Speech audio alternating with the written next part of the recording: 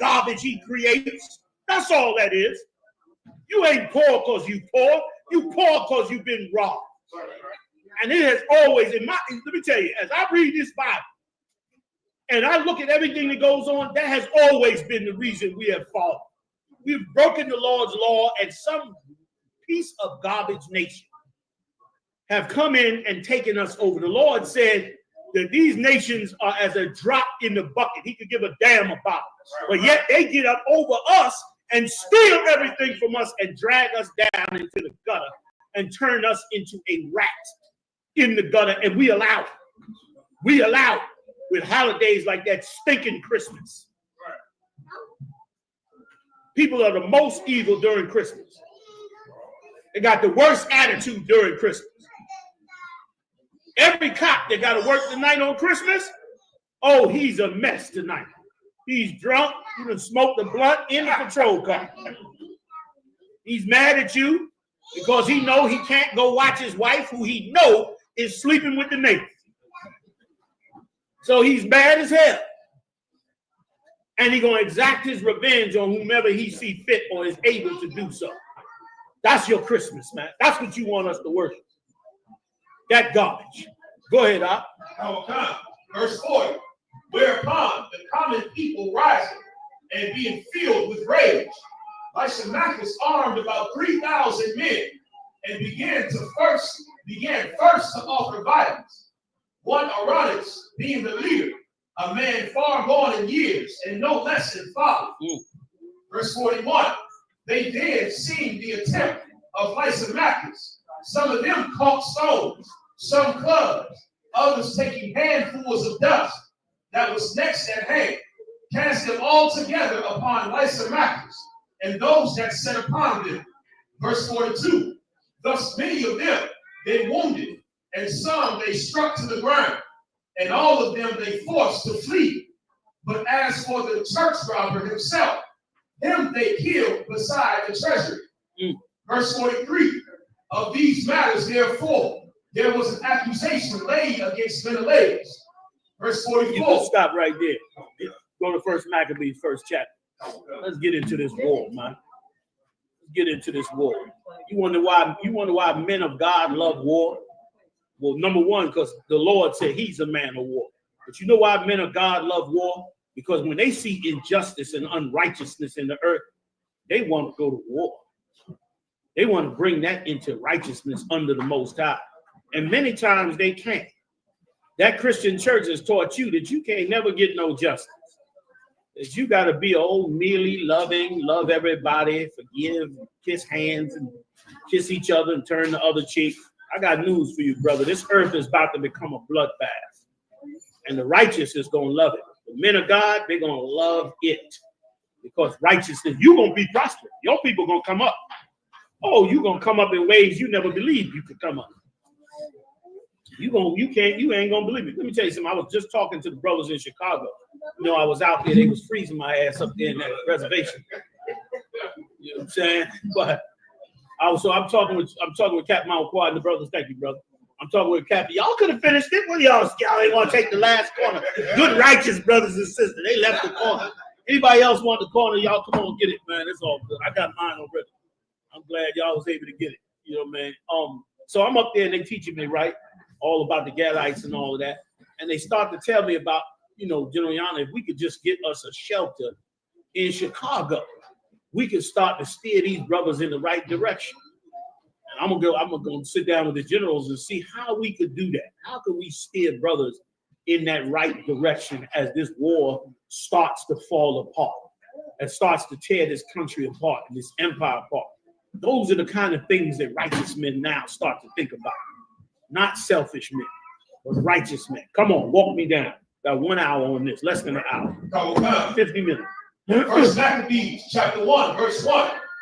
And it happened after that Alexander, son of Philip, the Macedonian, who came out of the land of Chile, had smitten Darius, king of the Persians and Medes. Right. So he went in there and killed Darius, who allowed us to go back to our land and set ourselves up. So, which was the Lord. So he turned around and said, y'all go ahead and you can read about all of this in the scriptures as well, Ezra and so forth, where he cut us loose.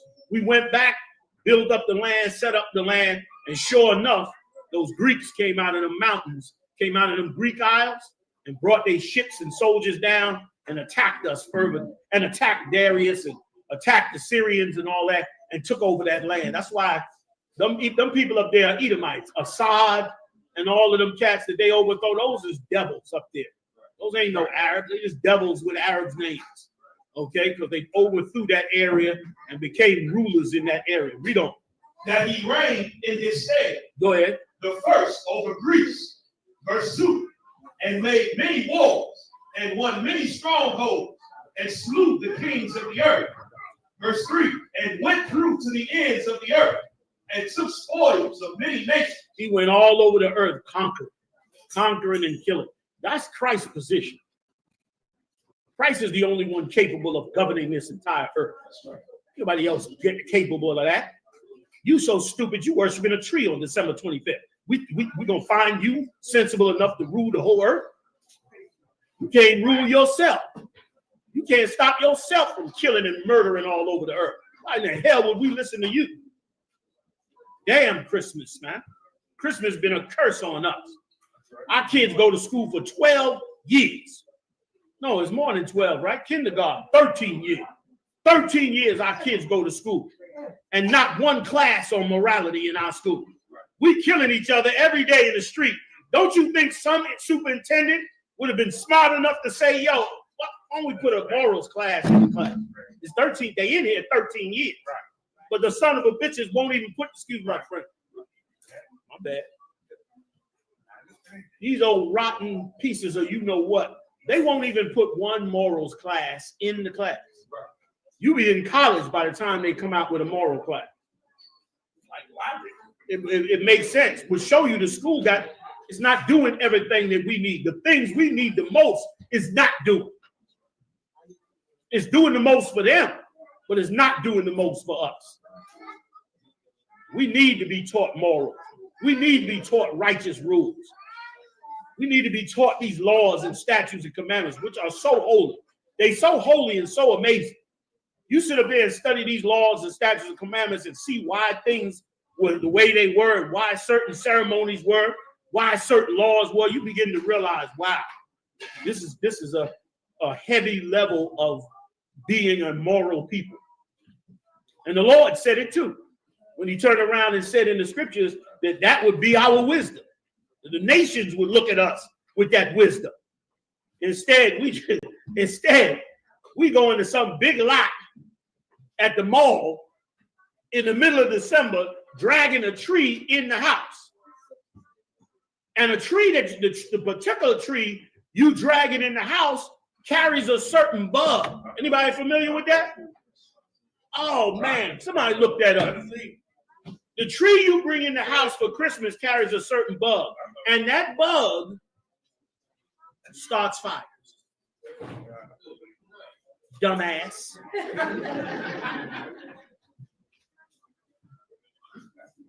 Somebody look it up and read it for me. It starts fires. You wonder why? Don't people check their electricity and check? Yeah, they do. Till the bug climb into the damn wire, into the outlet, and crack the shell and it spark. Burn your whole damn house up. Burn your kids to death. Worshiping some godless religion from some devil. We canceling Christmas. That's right. Nobody find it? Come on. Hit me. Real Christmas trees are living trees grown outdoors. And like other living outdoor trees, they harbor overwintering insects. What? They harbor what? They harbor overwintering insects. Overwintering insects. You know what that means? That means the insects is in the tree during winter and it's getting cold. It stays cold. It gets dormant because it's cold outside. So it stays in the tree. But is it cold around that tree during Christmas? No. Why? Because Captain of the Dumbasses is bringing it in the house in the middle of December. Read on. And other arthropods. And offer what? Other what? Other arthropods. I need a scientist for that. What the hell is arthropod? Go ahead, Op. Some of these arthropods. Wait a minute. Go ahead, now. It's an exoskeleton of other bugs. Good night. Go ahead. Some of these arthropods can remain on a tree when it is brought indoors and can become active when exposed to warm indoor temperatures. Go ahead. Depending on the species, the arthropods may remain on the tree or may be attracted to nearby light sources. Might be attracted to nearby light sources. Come on, give me some more. Such as windows during the day or lamps dashing through the snow. Come on, give me some more. And other artificial lights at night. However, because they are associated with living coniferous trees, none of these species that might be introduced to a home via a real Christmas tree are dangerous to the home, its contents, or occupants. You could burn down the neighborhood, stupid. You could burn down the whole building over this disgusting holiday. You could kill everybody, your babies, everybody, over this dumb holiday that's against the Lord, which means he ain't gonna be with you. Who know the origins of Jingle Bells? I know y'all know that one. Jingle bells, jingle all the way. Anybody know the history of Jingle Bells? Come on now. Yes, it was. Somebody get me the interpretation. I see ain't nobody raised their hand. Y'all been jingle belling it up for a minute, huh? Oh, you know it, you know it. Look at the little princess like, I got that. I know that one. Now you got to find out it's so evil what's been done to us here. And it's almost comical to bring it out. And that's why as men of God, we got to be gatekeepers, man. I know you don't want to go home and tell your woman, hey, look, we ain't doing Christmas.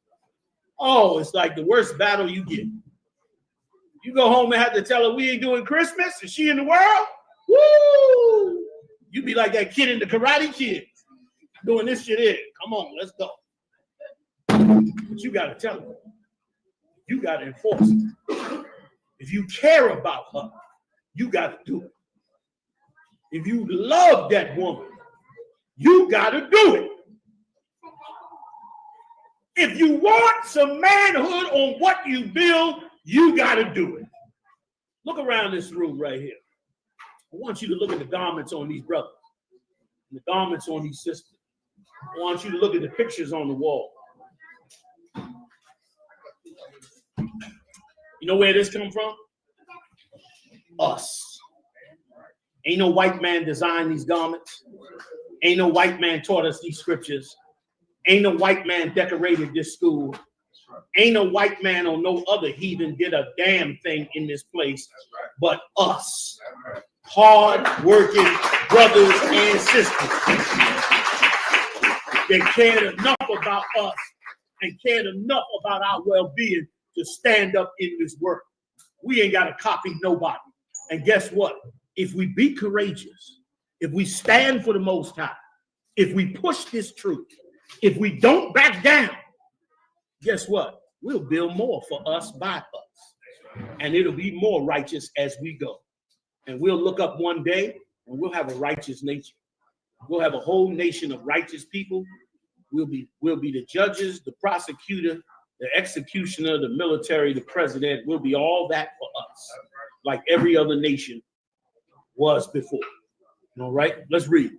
Got some Jingle Bells too, Joe. Do it. Oh, God. The historical context of the song's composer, James Lord Pierpont, and the fact that bells were often used on slave collars. That's where the Jingle Bells come from. When they put that piece up, can we get that piece, Marah? That piece that they put on the slaves, y'all know the piece, right? With the bells hanging down. They put that on them slaves and sang that song when they was bringing them back from the slave. When they caught a slave, they threw the bells on them. And when they walked them back in, they sung Jingle Bells. The people heard the bells ringing as they bringing the slave back in. Read on. You telling me we should worship Christmas?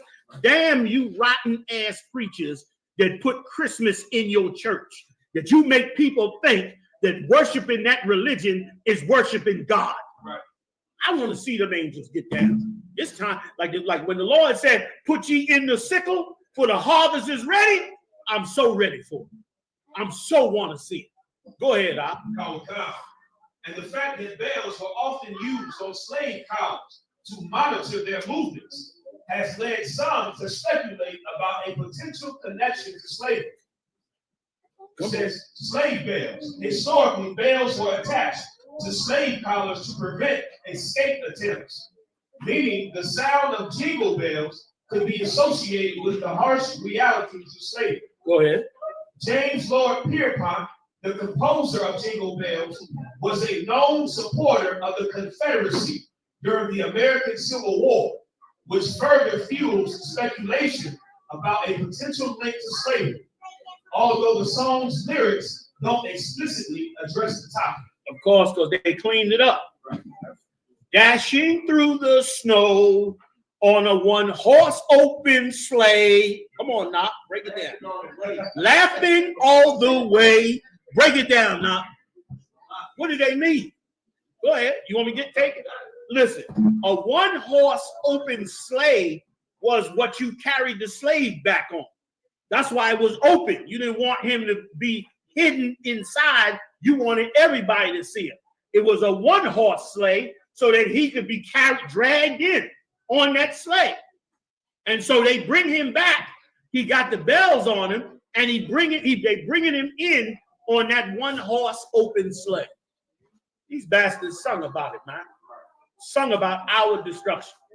Put it in, every year, we in there following them, talking about eggnog and mistletoe for their holiday. Christmas is canceled. Go ahead, Al. Yeah, my cousin, after they said they need spirit, right? What fun it is and all that. Come on, we need to get the whole song. The whole damn song is evil. You got more in it? That's it, sir. Right. Now, how righteous is it for you to take our children and to teach our children that that song is evil? And for our children to reject that song and to walk away from that song. Christmas is an evil, satanic holiday that celebrates the destruction of us. We should never worship no Christmas. You understand? And it's every prophet's job to make sure the world knows that it's evil. They sing this song everywhere. You could go to Japan, and them old terrible Japanese singers is in there. Jingle bell, jingle bell. They out there singing about our destruction. Like we supposed to have pride in a certain area of life. We don't. That's it on that? That's it on that. Let's get back to the story. We got 30 minutes, fam. Oh, God. First Maccabees chapter 1, verse 3. And went through to the ends of the earth and took spoils of many nations, insomuch that the earth was quiet before him. He killed so much and destroyed so much, he had no enemies. He had no enemies. Go ahead. Oh, God. Whereupon he was exalted and his heart was lifted up. Right. He was puffed up, which is what always happens. We fall for breaking the Lord's law, and then our enemies they gain so much in the earth that they just become proud. They start thinking they the special one, just like Esau. That's why they love Donald Trump. He's over arrogant white supremacist. They love it because of that very same reason. And that's what always happens. Every empire, it'll go for a while, and then they find the most arrogant, puffed up, proud bastard they could find. So they could all be proud. They can't wait. They can't wait to get to you and harm you and give you hell and treat you like a nigga and put you in your place. They're always walking around like they gotta act like they gotta straighten you out. They gotta get you right, like they gotta be policing you. All of that. It goes on and on and on, but it's coming to an end. The Lord wants it to stop. Thanks be to the Lord. The only way it gets stopped is our innocence, our turning to the Father. And we're gonna do it. Come on with it, y'all. Oh, God. Verse 4. We good, Marah? I'll take him in a little bit, all right? Go ahead, Oh, God, sir. Verse 4. And he gathered a mighty strong host and ruled over countries. Ruled over countries. Go ahead. And nations. Nations. You think he'd be satisfied? Go ahead. And kings. Go ahead. Who became tributaries unto him. Come on, brothers. Find some seats for these sisters, man. Get them strapped. Set it all up, y'all. Get tighten it up. Go ahead, Al. Oh, God. Verse 5. And after these things, he fell sick and perceived that he should die. He thought he was over. But now he knew he had to fix something. Go ahead. Verse 6, wherefore he called his servants, such as were honorable, and had been brought up with them from his youth. Right. Go ahead. And parted his kingdom among them while he was yet alive. Come on. So Alexander reigned 12 years and then died. Verse 8, and his servants bare rule every one in his place. Verse 9, and after his death, they all put crowns upon themselves. What verse you at? Verse 9, sir. Go ahead. So did their sons after them many years, and evils were multiplied in the earth. And when they got in power, like all Edomites, nothing but evil multiplied in the earth. All right, you can bring me down a little bit? Okay, sir. All right, go ahead. How far down can we go? 14, sir. Start at 15. Take 15. 15, okay. Verse 15, and made themselves uncircumcised, and forsook the holy covenant, and joined themselves to the heathen, and were sold to do mischief. Verse 16, now when the kingdom was established before Antiochus, he thought to reign over Egypt, that he might have the dominion of 2 realms. Verse 17, wherefore he entered into Egypt with a great multitude. Where you at? Verse 17, sir. What chapter? Chapter 1, sir. Go ahead. Wherefore he entered into Egypt with a great multitude, with chariots and elephants and horsemen, and a great navy. Verse 18, and made war against Ptolemy, king of Egypt. But Ptolemy was afraid of him and fled, and many were wounded to death. Verse 19, thus they got the strong cities in the land of Egypt, and he took the spoils thereof. Verse 20, and after that Antiochus had smitten Egypt, he returned again in the 143rd year, and went up against Israel and Jerusalem with a great multitude. Verse 21, and entered proudly into the sanctuary. He thought it was not a big deal to go into the temple of the Lord. That's why at the end of all of this, you're going to walk white people with a leash like a dog. That's right. You're going to see them in cages. You're going to see hell on these people to walk up into the temple of Yahweh and to take it lightly and to destroy that temple and to take its goods away. These Edomites should not have been so proud to do that and to do it again. You're going to see what the Lord is going to do to them based on what they've done to you. I mean, all they did was see drones over New Jersey and they in a full panic. Wait till they see what the Lord is really going to do to them. That's right. Read. Verse 21, and entered proudly into the sanctuary, and took away the golden altar, and the candlestick of light, and all the vessels thereof. Verse 22, and the table of the showbread, and the pouring vessels, and the vials, and the censers of gold, and the veil, and the crown, and the golden ornaments that were before the temple, all which he pulled off. Verse 23, he took also the silver, and the gold, and the precious vessels. Also he took the hidden treasures which he found. Verse 24, and when he had taken all away, he went into his own land, having made a great massacre, and spoken very proudly. Verse 25. They'd like to sweep this under the rug. This was a Holocaust for us. That's why you know most of us have never even heard of it. Because we lived a Holocaust, man. Our temple fell. They murdered us innumerably and just took all the things and went back to their own country. And this has been going on by them and others all over this earth for so long. Go ahead, Verse 25. Therefore, there was a great mourning in Israel. We mourned when we saw these things, man. And that's why this dedication is so righteous. So righteous that we dedicate this time, that we stand for the Most High, that we be patient and stick to the Lord, because we stuck to the Lord and we became victorious over our enemies. So we come now every year and dedicate these temples, or this temple, to the Most High, to the work that brothers in the past lived and died for. Go ahead, Al. In every place where they were. Verse 26. So that the princes and elders mourned. The virgins and young men were made feeble, and the beauty of women was changed. Verse 27. Every bride. And if I could, I want to go back to that scripture for a second. That scripture is so what happens when you get overthrown. Like you always hear me say it in the classes or on the radio show. The worst thing that could ever happen to you and your people is to go into captivity. And brother, what's even worse than that is for your people to go into captivity and you don't lift up your arm to fight for it. That's right. That's even worse. You lift up your goddamn arm to fight for you and your people and get them out of this hell, man. Right. You understand?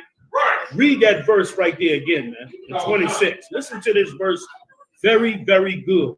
Because this verse is the same thing as happened to us today because of this evil empire. Right. Give it to me. First Maccabees chapter 1, verse 26. So that the princes and elders mourn. The princes, listen, the princes and the elders mourn.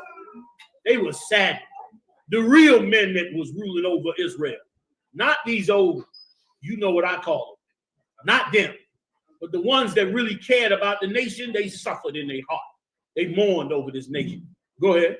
And young men were made feeble. And young men were made feeble. What do they do to our young men in this society? They make them feminine. They make them feminine. That's what it means when they say the young men became feeble. Whereas the young men used to be strong. They came and did so much slaughter to them, they make them feeble. They doing it today when the cops come and pull you over and drag you out the damn car. Right. They making men feeble. Even if they don't kill you, enough times of it is meant to break your spirit. Enough false accusations, enough time going to jail. All of that's made to make you feeble. And you should be aware of it for what we went through in the past. That's why we reading this story. We reading this story so you can shake off that bitch ass spirit, Salakia, for being so candid about it. So you can shake it off and become a real man of the Lord. You can't be no sissy and be a man of God. You can't do it. It ain't no room for it. You got to be all man, just like the women got to be all woman. It's the only way you could raise up to be men of God. And brother, the Lord wants you to shake it all off so you could be that man, so you could do those things, so you could fix them things. Read on. And the beauty of women was changed. Women beauty was changed. Look at our sisters today. Are they in the beauty of their womanhood? Hell no. I saw a clip of Sexy Red and Gorilla. And I said, do they know that they on a giant stage in a giant stadium with their underwear on? They have no idea. They in their drawers, jumping up and down on the stage, in their drawers. They done lost their womanhood. These women out here has become lesbians. They gang members. They robbing, stealing, sticking up, and they're gonna get worse. They lost their womanhood. That's what happens when you go into captivity. That's what happens when another nation overthrows you. That's why when this nation gets built, boy, oh boy, we're going to have an army that's going to frighten the nations, like the scriptures say in Revelation. And it should. Should it not occur? Should they not be afraid? Because if they're not afraid, then they just going to do what they've been doing for thousands of years. But this time in Christ's kingdom, oh, they're not going to make a move.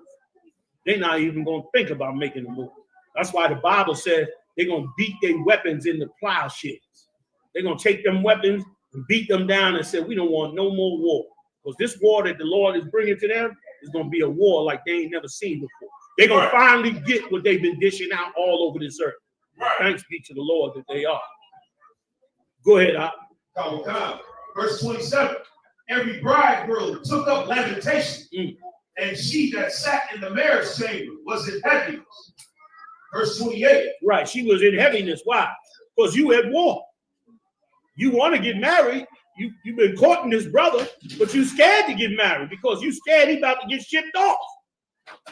And the man you care about might get killed. You mourning now. Read. Verse 28.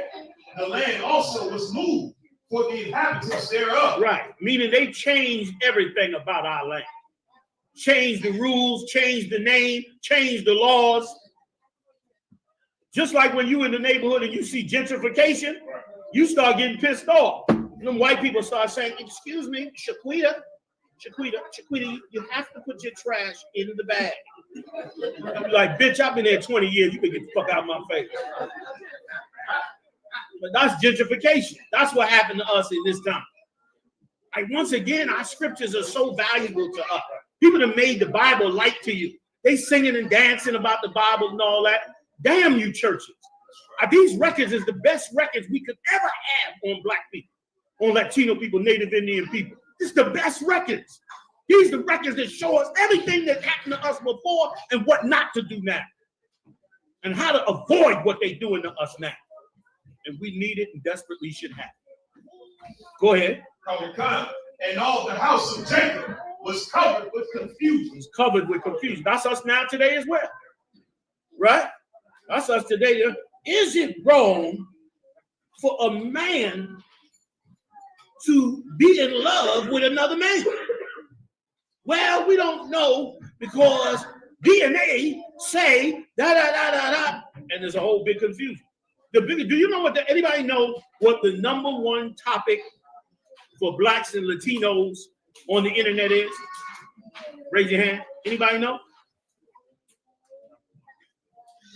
What is the number one search topic for blacks and Latinos on the internet today? Anybody? Relationships. Relationships. That is the number one topic on the internet right now. Relationships. We have no idea how to have a relationship anymore because they gave us confusion. They gave us confusion. I remember when Michael Jackson was out and they was saying he molested that child. Black women was like, Michael Jackson is not gay. Michael Jackson is not gay. I don't know what you're talking about. I said, sure he ain't. Yeah. He just dressed like a woman sometimes. He a little fun. He's a disgusting faggot. That's what he was.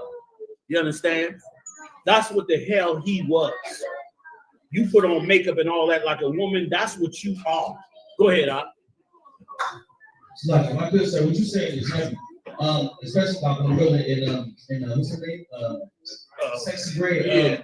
The problem is, that the Imanis came to try to pour all their wicked doctrine on us. And Malachi's fought it. And his son Judas back in these Lord and they fought it. Even down to the sister with the 7 sons. They were getting to eat pork. They were outraged. And they fought it. That's right. And they said, no, we're not eating no pork. And they forced them devils out of our community. But today, we just accept the doctrine. And we turn our face for them. Today, you're right. Today, that cat that went and sacrificed the pork on the altar, the one that Maccabees went and slayed him on the altar, that cat is your mayor now. That's in your mayor's seat. He on the city council. That's the police commission. He in there pushing every evil, wicked law that they want pushed on. Come on with it. All right, 22 minutes. I'm going to take a couple quick questions before we end. Verse 29. And after 2 years fully expired, the king sent his chief collector of tribute unto the cities of Judah. Now, after he had destroyed them, took everything we had, totally destroyed us, made our men weak, turned our sisters into something else, devastated us as a people. And brother, instead of old rotten ass Christmas, imagine if we taught our sons and daughters this story from young. Right. Imagine how much prepared they would be to resist the things that's being pushed on us today. They would be strong to resist it, and it would be glorious, man. Y'all come on in here, fit on up in here. Come on now. Get up in here, y'all. You know what I mean? I hope y'all come all the way up in here one day and that death angel come out there and get Esau. Salakia. Come on, y'all. Come on in here. Go ahead. Read on. Let's go. We're almost done. We got 20 minutes, fam. Who came unto Jerusalem with a great multitude. Verse 30. and spake peaceable words unto them. Nice and fast. Go ahead. But all was deceit. For when they had given him credence, he fell suddenly upon the city. He fell on that city. The minute they opened the door and tried to be peaceable with him, he fell on that city. Go ahead. And smote it very sore. Come on. And destroyed much people of Israel. Come on. Verse 31.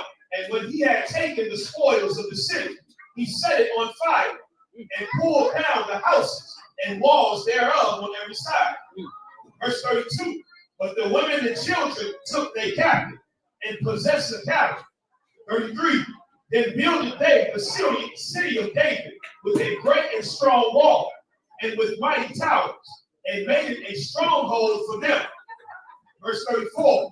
And they put therein a sinful nation, wicked men, and fortified themselves therein. And that's just like today. Them old gated communities, them old suburbs, they move all up in them areas, secure themselves in there, have their little county sheriff, all of that, while you on the outside in the poor section. It ain't nothing new. They're doing the same thing they did for thousands of years to harm and hurt us. And we got to stop being blind and dumb. We got to open our eyes and awaken and help strengthen our brothers and sisters against this day. Come on with it, y'all. Verse 35. They stored it also with armor and victuals. And when they had gathered together the spoils of Jerusalem, they laid them up there. And so they became a sore snare. Verse 36. For it was a place to lie in wait against the sanctuary. It was just like it is today. They in the suburbs, full of guns, full of weapons. You know what I mean? They pick up trucks threatening us every minute. That's what happened in LA. The gangs were in LA, got formed because these Edomites were coming out of the suburbs with their pickup trucks attacking black people. And so they start forming these gangs to protect them. Then when Esau saw those gangs was protecting them, they just called in the CIA and said, we know what to do. Don't worry about it. We'll give both sides of them some drugs. Give them a little while, they'll be killing each other. And sure enough, that's what happened. Both sides started getting the drugs and started killing each other over territory. And it was easy to do because your education was under them. So you wasn't learning nothing anyway. Like I said, 13 years of school, you won't learn a single thing about morals in no school. You will learn about morals when you get to college. You won't learn about morals in no school. Why? Because teaching you morals will stop you from getting played by them. That's why our laws were so important to us. Because with our laws, we wouldn't go past a certain point to harm one another because we knew that it was against that law. It wasn't right. So we didn't do it. That's how you stop brainwashing. That's how you stop masses of people from being moved in the wrong direction. Read. And an evil adversary to Israel. Verse 37. Thus they shed innocent blood on every side of the sanctuary and defiled it. All right. Give me 2 more parts and we're done. I want the part where Judas came down and killed that cat on the altar with his Moabite woman, I think it was, or when he came down on the altar, I might be mixing it up. And then I need to get the part where they ran them daggone Greeks out of there, and we went to set back up the temple for the dedication. Then I'm gonna take a couple. Matter of fact, I'll take a couple questions while you set that up. Go ahead if I can, please. Young brother, so he's 12 years old. He said, why is it that in school he sees so the young brother online, he said, why in school, he said 12 years old, he said, how come in school you see 9 grades change instead of 7 that we use? He said what? We have 7. Yes. Why in school they have is it 9 grades? Yeah, that's a good question. The so-called Jew took on what he called the Talmud. The Talmud is a book that was written by white so-called Jews and Babylonians. And they had that record, and what they did is they took that record and brought it into the records of Israel. The Talmud is a fake book. If you study in the Talmud, throw it in the trash. It's garbage. The Talmud is just heathens' way of making our belief system suitable for them. I'll give you another perfect example of it, Christianity. That's why you got the new, the New King James Version of the Bible. You got all these versions of the Bible because they're creating a way for our belief system to fit into their world. That's what they're doing. That's why they keep changing the records. And so that's all the Babylonians did when they had us in captivity. So one of the things that they changed is they came up with 9 candles. And I can guarantee you, I don't know it off the top, but I can guarantee you, if you go search the history of them 9 candles, you're going to find some pagan holiday attached to it, that they were trying to marry together with our records and give us that religion. So that's where they get it from, but it comes from us, and it's only 7. All right, so I hope that answers his question. Another question. She said, I'm at the slavery. She tuned into the class. The young sister is listening with me, and she would like you to break down why Christmas is a sin. So. Y'all want to take the time? Israel, y'all want to take the time? Oh, God. I'm ashamed of y'all. A young sister wants to understand Christmas. You only been sitting there 2 hours and you ready to throw her under the bus. I'm going to give you another chance. Sisters, brothers, should we break it down for her? We got to care about us. That's right. It got to be more important than us. Right. You understand what I'm saying? Right. Be strong. Right. So what you sweat? Be strong. Let's get it done. Give it to him, Jeremiah. Y'all like, what? Break what now for? Tell that bitch come in class. No, that's not right, y'all. Let's do this, fam. Please. All right, come on. Let's look at Jeremiah chapter 10. Come on.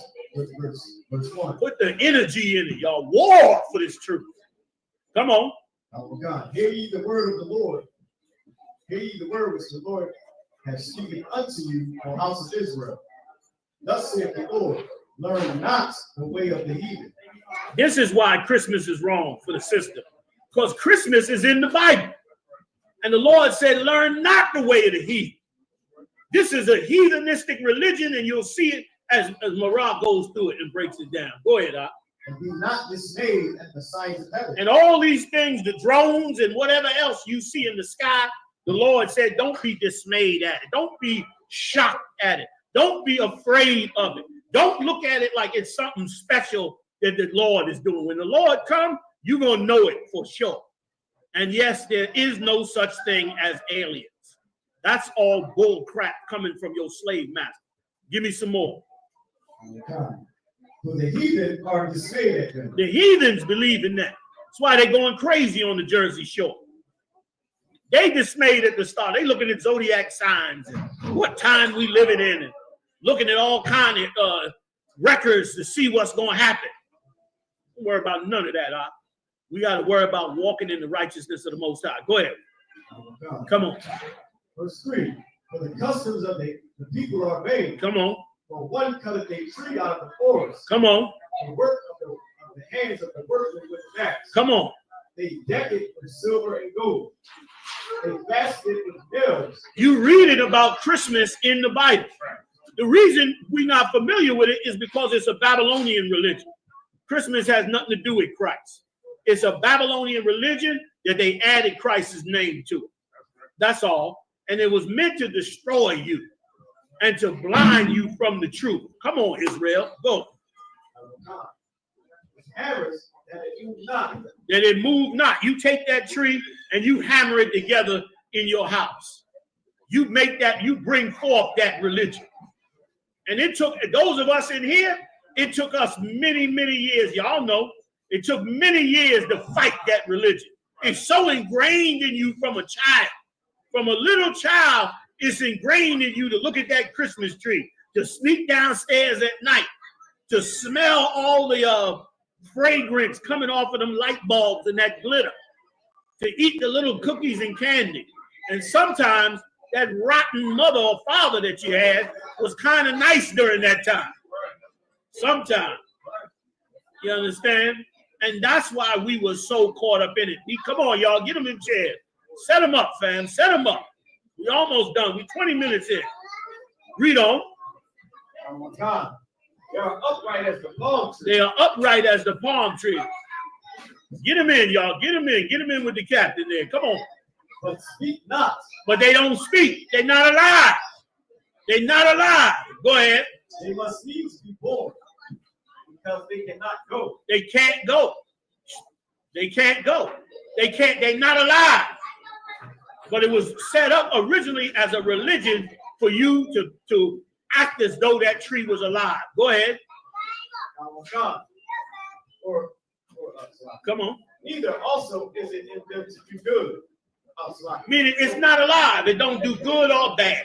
Read. They cannot do evil, neither is it in them to do good. For as much as there is none like unto thee, O Lord, thou art great, and thy name is great in might. There's none like unto the Lord, because the Lord was great. That's nothing but a tree. The Lord said not to worship it. I hope that answers a question. All right? Tell me when you're ready, Kazak. Let's finish it up. You got more, Rod? You got more questions? I got one from Hazahad? Throw it out to me. I'll try to finish it, and then we'll just. You got both my parts, right? Yeah. All right, come on. We're gonna finish it up. Is there any person in the Bible that went against the prophets to claim that Israel's role is to bring all other nations to the covenant? Say it one more time, Marab. Nice and loud. Say, is there any person in the Bible that went against the prophets to claim that Israel's role is to bring all the other nations into the covenant? Okay, not by those direct words, but we reading about one where they took the same action. Like this action was an action. Remember what the king said. The king said, "Oh, this." Let me tell you something. This story is so heavy in there, and that's such a great question for the person that brought it up. This king told all the nations that he ruled, just like America. He said everybody should have one. Find it for me, Kazak. Where he said, let us all be one religion, one name. You know the one I'm talking about? He told us all, look, we to have one religion, y'all, one identity. No more all these religions and everybody all caught up. One religion for everybody. That's what he taught us. And then he went about to enforce it. He said, I'm going to enforce it. And he slaughtered us to make us be that way. But when he got to Judas Maccabees made history by standing up against this cat. So to answer the question by Hazahab, this is exactly what they did. But they didn't say directly, oh, we're going to do it. Matter of fact, get me the one also, Kazak, where it says that they received license to do these things. And I'll explain it even better. Excuse me. And that's the religion of every empire. The minute an empire becomes powerful and it overthrows all the nations, the first thing it wants is everybody to have one religion. Why? Who can tell me why? Come on, y'all. Who can tell me why? You build this great big empire and you got to have everybody believe one religion. Why? Go ahead. Go now. Give me more. They want everybody to be indoctrinated. Why? So they can rule. Thank you. Rule without Interference. Who said that? Always raise your hand up. You stole his answer. They can rule without rebellion. When you got different religions, you're gonna have rebellion over those religions, like you brought out. And they don't want rebellion. So they need you to give up your religion and become part of their religion. And then now we all got peace. We all celebrating 4th of July, even though you got killed on 4th of July and was a slave. We all celebrating Christmas, even though we reading your history where you got wiped out for them to have Christmas. All their religions are now your religions, and you got wiped out for those religions to be in effect, which is why we should never believe in no one world order, no one world religion, no one world nothing, except for the world of Israel. All right. You got it for me, Kazak? Come on with it. And I'll finish it up. I'm almost over. Go ahead.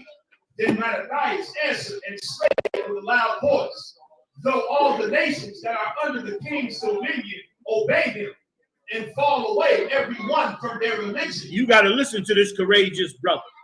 This brother turned around and said, although all the nations go following after Ptolemy and his religion. And why did they do it? Because of his power.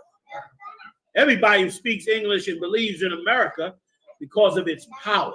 But the Lord don't give a damn about that power.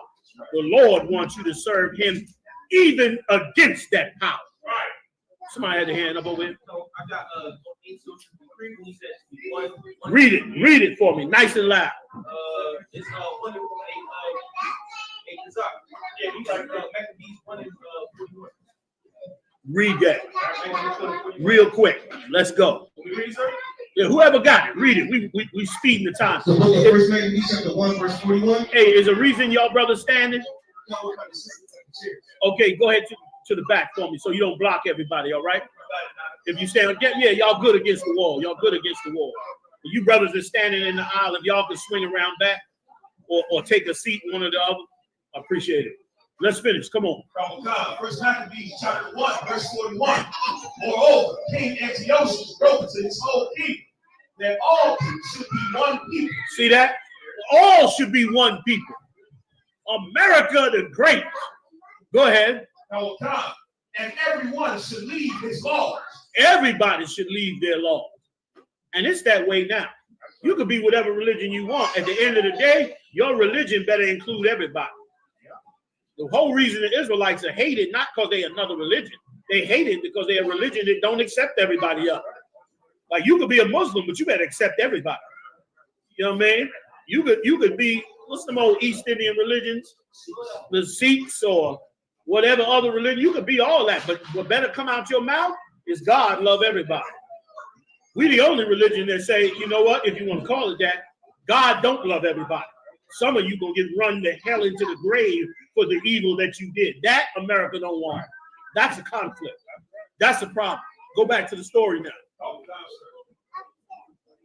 Come on with it. First Maccabees chapter 2, verse 19. Then Mattathias answered and spake with a loud voice, though all the nations that are under the king's dominion obey him. I love this sentence. I love the courage on this man here, man. He deserves to be read about right here. This cat right here, he deserves to be read about. He said, though all the nations listen to him. Now remember now, this cat done slaughtered Israel twice. Done destroyed the Egyptians. Tore down nations all the way down into Israel. And Maccabee and Judah sitting up in there and said, I don't give a damn that all the nations followed him. Go ahead, And fall away everyone from their religion. Everybody left their religion. Hey, y'all be quiet in the back, please, please, please. We almost done, fam. Go ahead, Of their fathers and give consent to his commandments. Right, go ahead. Yet will I and my sons and my brethren walk in the covenant of our father. That's a badass nigga right there. That's a bad, Salaki, strike that. That's a badass Haitian. That is a badass Haitian you listening to right there. He didn't give a damn that everybody followed that. And brother, why should we care? Right. We got our laws back, our statutes, our commandments. Right. We got our records back. Right. What the hell should we care about some Christmas or some religion that they standing for? That's right. You know how hard it took for us to get these records back, man? I don't even know how we got them back. How the hell we all wake up to the truth? With all this hell we've been in and all the lies that done came out to destroy us, man. One of the greatest steps that we've ever could have gone through. Go ahead, Verse 21. God forbid that we should forsake the law and the ordinances. We will not hearken to the king's word to go from our religion, either on the right hand or the left. Now, when he had left speaking these words, there came one of the Jews in the sight of all to sacrifice on the altar. This your mayor. This your black governor. This your first black congressman. Your first black senator. This is your black police commissioner. This nigga right here. Read. Which was at Moses, according to the king's command. Come on. Verse 24. which thing when Matthias saw, he was inflamed with zeal. He was inflamed with zeal. You can't put your hands on nobody now, but you can have the zeal of the Most High. You can wake up and say, I'm going to put the zeal of the Most High power on, and I'm going to do this work. Go ahead, Al. And his reins trembled. And what? And his reins trembled. He was so zealous for the Lord, his legs were trembling. He was quivering in the legs at how evil this was. It's a bad cat right here. He in there shaking like, you don't see this shit. He was furious. Go ahead, Al. Neither could he forbear to show his anger. He couldn't hide it. Come on. According to judgment. We're almost there, y'all. Come on. Wherefore he ran and slew him upon the altar. Went and killed this dude on the altar. At that time, we could do that. That time's coming again. Law and order about to be broken down. That's why they're giving all the Edomites guns. Y'all heard about all the new gun laws and all that. They want to arm them Edomites because they know when the plug get pulled on this joint, woo, all them old SEAL Team 6 niggas, shit, they're going to be underground. They're going to be looking for a way out because Jake going to go berserk on it. Go ahead. Verse 25. Also the king's commissioner who compelled men to sacrifice. He made other people do it. That's what wicked black leaders do to us. T.D. Jakes, Creflo Dollar, and the rest of these slimy pieces of garbage who we've listened to for so long. The best thing that ever came out of COVID-19 was the fact that our people saw that their preachers was a bunch of fakes and phonies. That's right. That was the best thing that came out of that horrible, horrible plague. Go ahead, Al. He killed at that time, and the altar he pulled down. Verse 26. Go ahead. Thus dealt he zealously for the law of God. Come on. Like as Phineas did unto Zambri, the son of Salome. We don't even have this record no more. This is a record of some other brothers who stood up against them and fought courageously against them. But we don't even have the records no more. But they're mentioning the records for us, and Lord will allow somewhere up the road we'll get our records. Our records are precious to us, man. And this bastard, he loved his Constitution. You see, you ever go down there?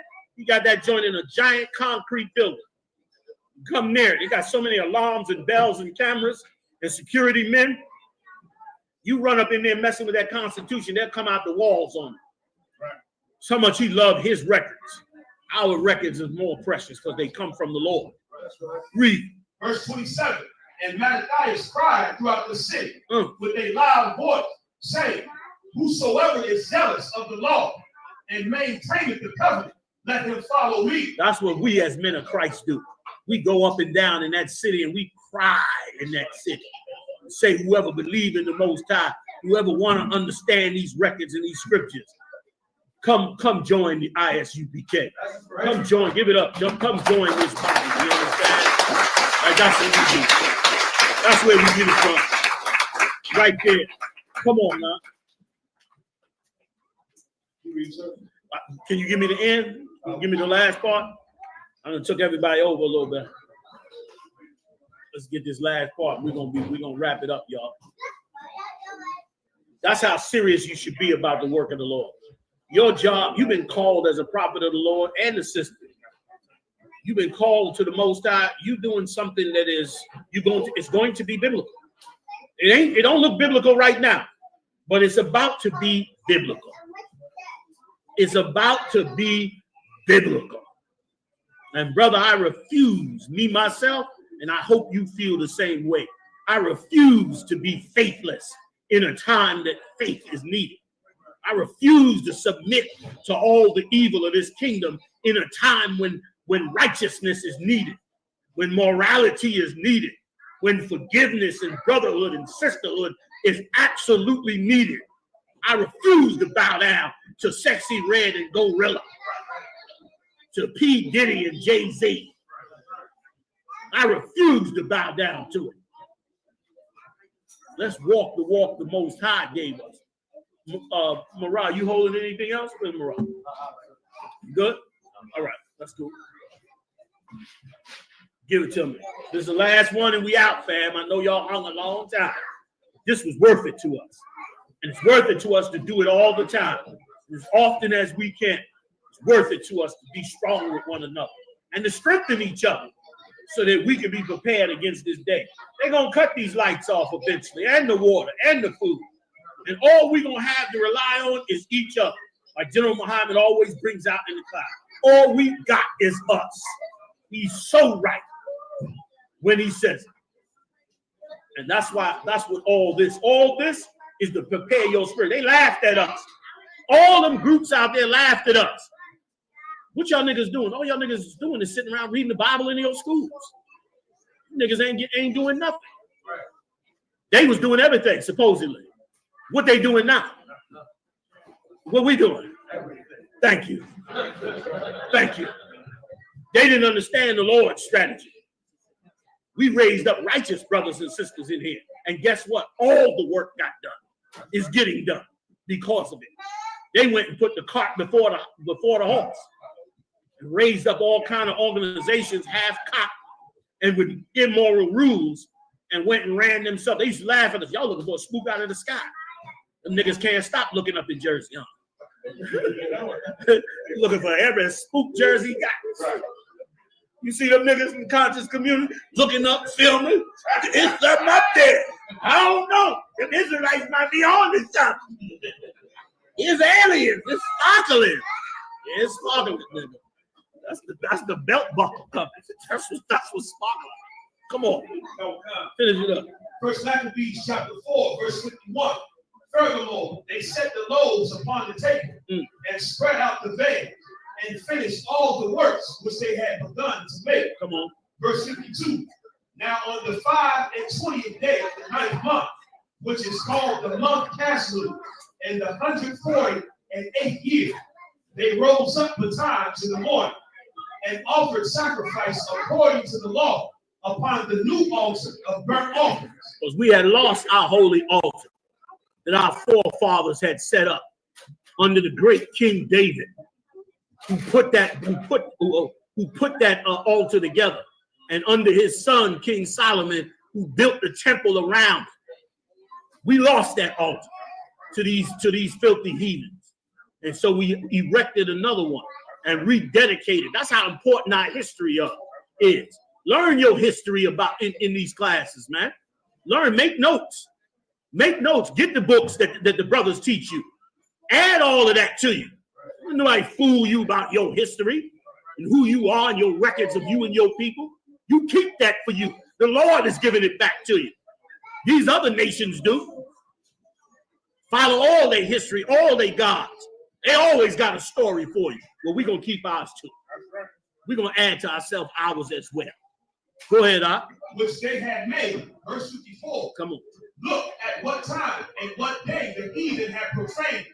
Even in that was it dedicated with songs. And that's what it said, the 25th day. It just happens to fall on December 25th this year. But it could fall on any day. But it's fallen on December 25th this year, which is why we're in here celebrating it tonight.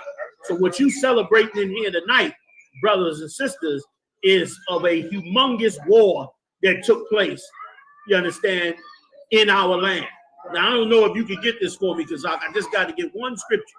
If you can go back to the beginning and show where he said in the Maccabees, where he said, I will go and get a name for myself. Because I want to show you one more time that all this war, all this history, all this holiday, all that we are suffering and had to suffer, to get us to this point was all because some filthy heathen, egotistical, puffed up mind. That's all it was for. It wasn't even for a decent cause. It wasn't that they needed land to feed themselves. It wasn't that they were starving or needed water. It wasn't for none of those reasons. It was for the reason of one greedy bastard, and I'm going to cut everybody loose. Come on with it if you can find it for me. Because where he said, I will go and get a name for myself. First Maccabees, I believe it. Go to the verse right above it. We'll get it on. First Maccabees, chapter 3, verse 42. Listen to this good. 3 and 14. He said, now when Sarah, a prince of the army of Syria. He was an army of the Syrians, which were really the Edomites, who was under the Greeks. Who was family of the Greeks. Go ahead. heard say that Judas had gathered unto him a multitude and company of the faithful. He heard, right, he heard that Judas had armed up with an army. And he said, oh yeah, bet. And that's the same way it is today. They love to go after a nigga. Getting him, oh, we got to mount up now to kill one of us. That's what he did with Judas. Read. With him to war, he said, I will get me a name and honor in the kingdom. For I you see what he said? He didn't say we need that territory. He didn't say Judas was a threat. He didn't say we need food, water, medicine. Read it again. He said what? He said, I will get me a name and honor in the kingdom. That's why we can't have no heathen ruling over us. That's why we can't celebrate no damn Christmas. Because we can't let a heathen rule over us, because he's going to be so puffed up, he'll kill us all for his own people and for his own selfishness, for his own ego. For his own ego, he'll kill everybody. And that's exactly what this piece of garbage did. Read on. For I will go fight with Judas and them that are with him, who despise the king's command. So he made him ready to go up, and there went with him a mighty host of the ungodly to help him. The wickedest niggas you could find went with him, and all the heathens that was in between our land and Syria. Go ahead. And to be avenged of the children of Israel. And he was going to take revengeance on us just to get a name for himself. Brothers and sisters, we cannot let a man like that rule over us. Damn Christmas. We're going to serve the Most High till we get in the kingdom of heaven. Water for coming out and being patient, man. Shalom.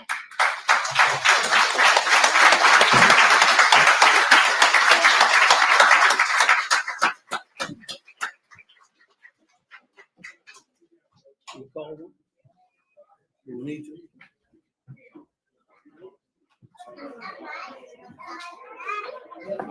Men of Israel, I might you.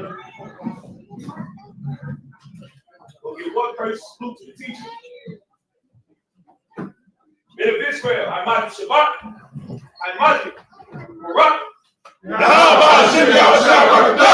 about Shimon Shabbat? Whoop your shalom! Whoop your shalom! Whoop your shalom! Whoop your shalom! Whoop your shalom! Can't do it like Muhammad. Y'all give a talk. Saul, which means turn. Sisters, they stand. Men of Israel, go give one person salute to the sisters. Men of Israel, I might you Shabbat. I might you Barak.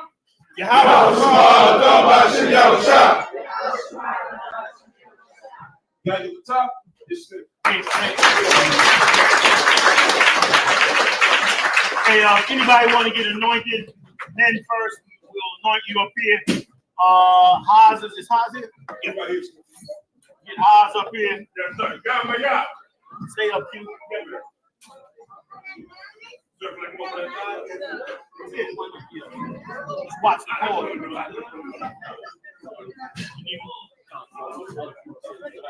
Huh? One more time. Okay. So you don't want to put him over here? You rather? Okay. Switch it up here.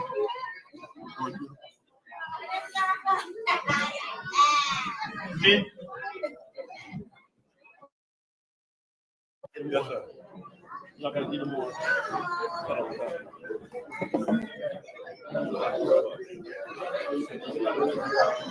It's up to y'all, whatever you want to do.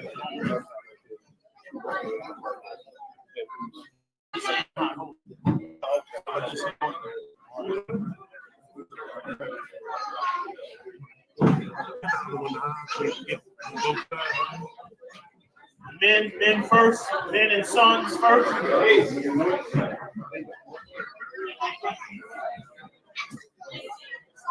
Renew your dedication like you renew your spirit. Renew your spirit like you renew your dedication. All right, anybody? Anybody wants to get anointed?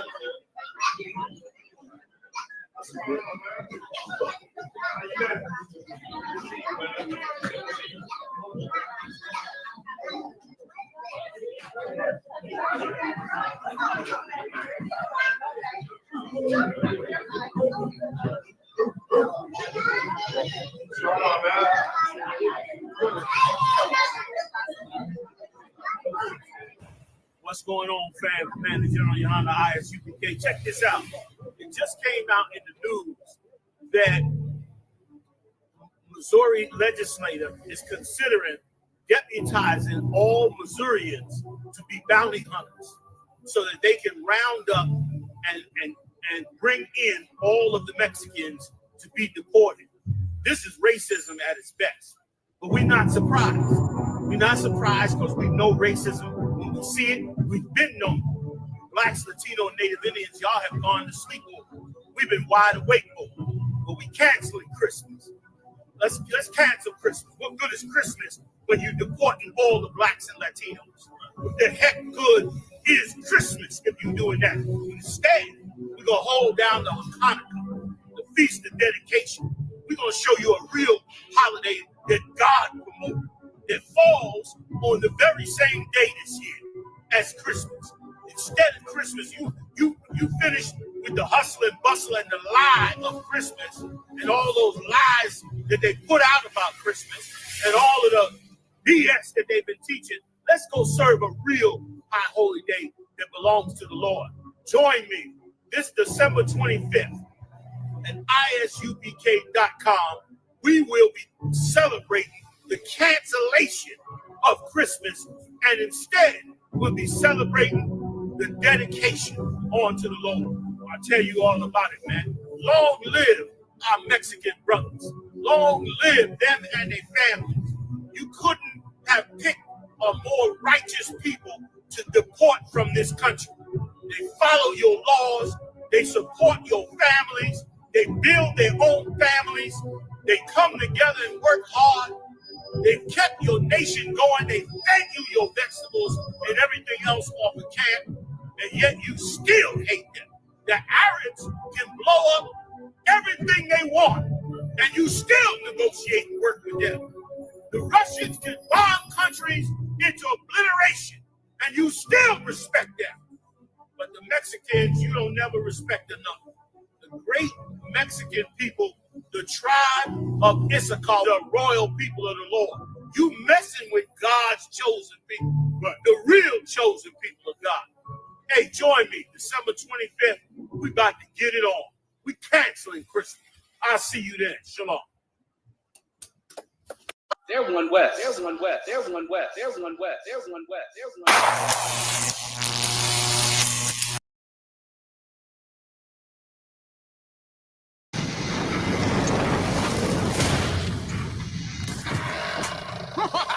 It's too late, Tennyson. I've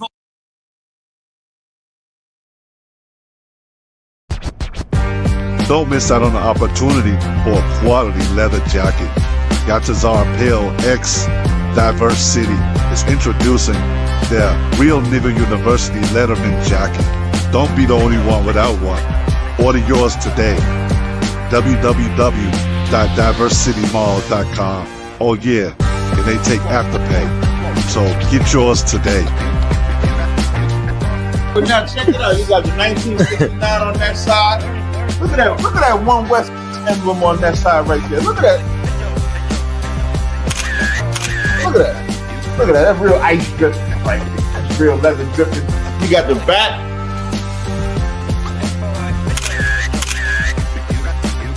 And then, if anybody ever question us putting nigga on the jacket, you got Acts 13:1 engraved right here on the front.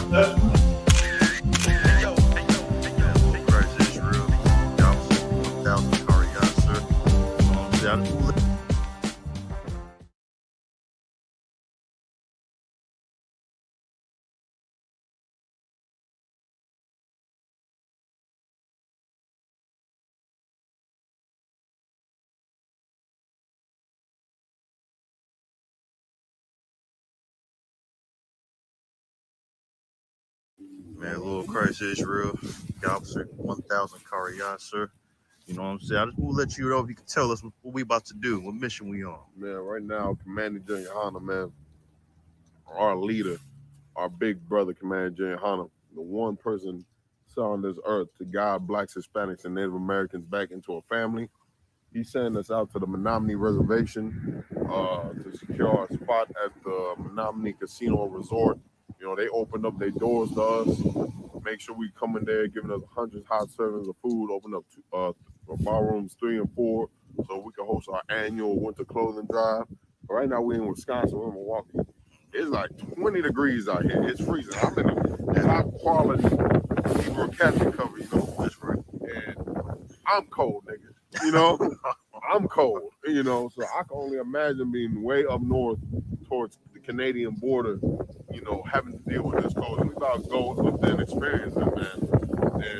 And it's so prevalent nowadays. And this is what we tell everybody, because the Native American has been forgotten here in America. You know, us as First Nations people, we've been abandoned, we've been ostracized, we've been put off, you know, to the corners of America, even though America is our land. We discovered America. Columbus ain't discovered nothing. All these white people ain't discovered nothing we did. Right. And what we get in return for building America, for discovering it, we get thrown away. So that's what's so heavy about us doing this today and everything, man. So of course, shout out to Commander Hannah, shout out Captain Mark Quad, you know, the captain of the Midwest, Captain the Bar Moth in charge of Operation Reservation, all the in Operation Reservation with me, you know, of course, Officer Bunga Ball that you about to see in a second. The brothers that came out from Chicago, Officer Mayad, brothers yourselves from Gary, Indiana, Officer Raj Karab holding the camera, the Officer Bunny, the whole media team. And we're filming this like a documentary, man. We want you to see what America has been hiding from you, which is your brothers and your family on the Native American reservations. So we're gonna get all of this. You know, I don't know what, I still don't know what we're gonna call it yet. We're gonna have to make this up on the road. But just know this is Lost Tribes of Promised Land right here. That's right. You know, you follow witness and unveiling bloodline. You got to see, you know, your lost cousins, nigga. Long lost brothers and sisters that have been sent on the reservation waiting on you.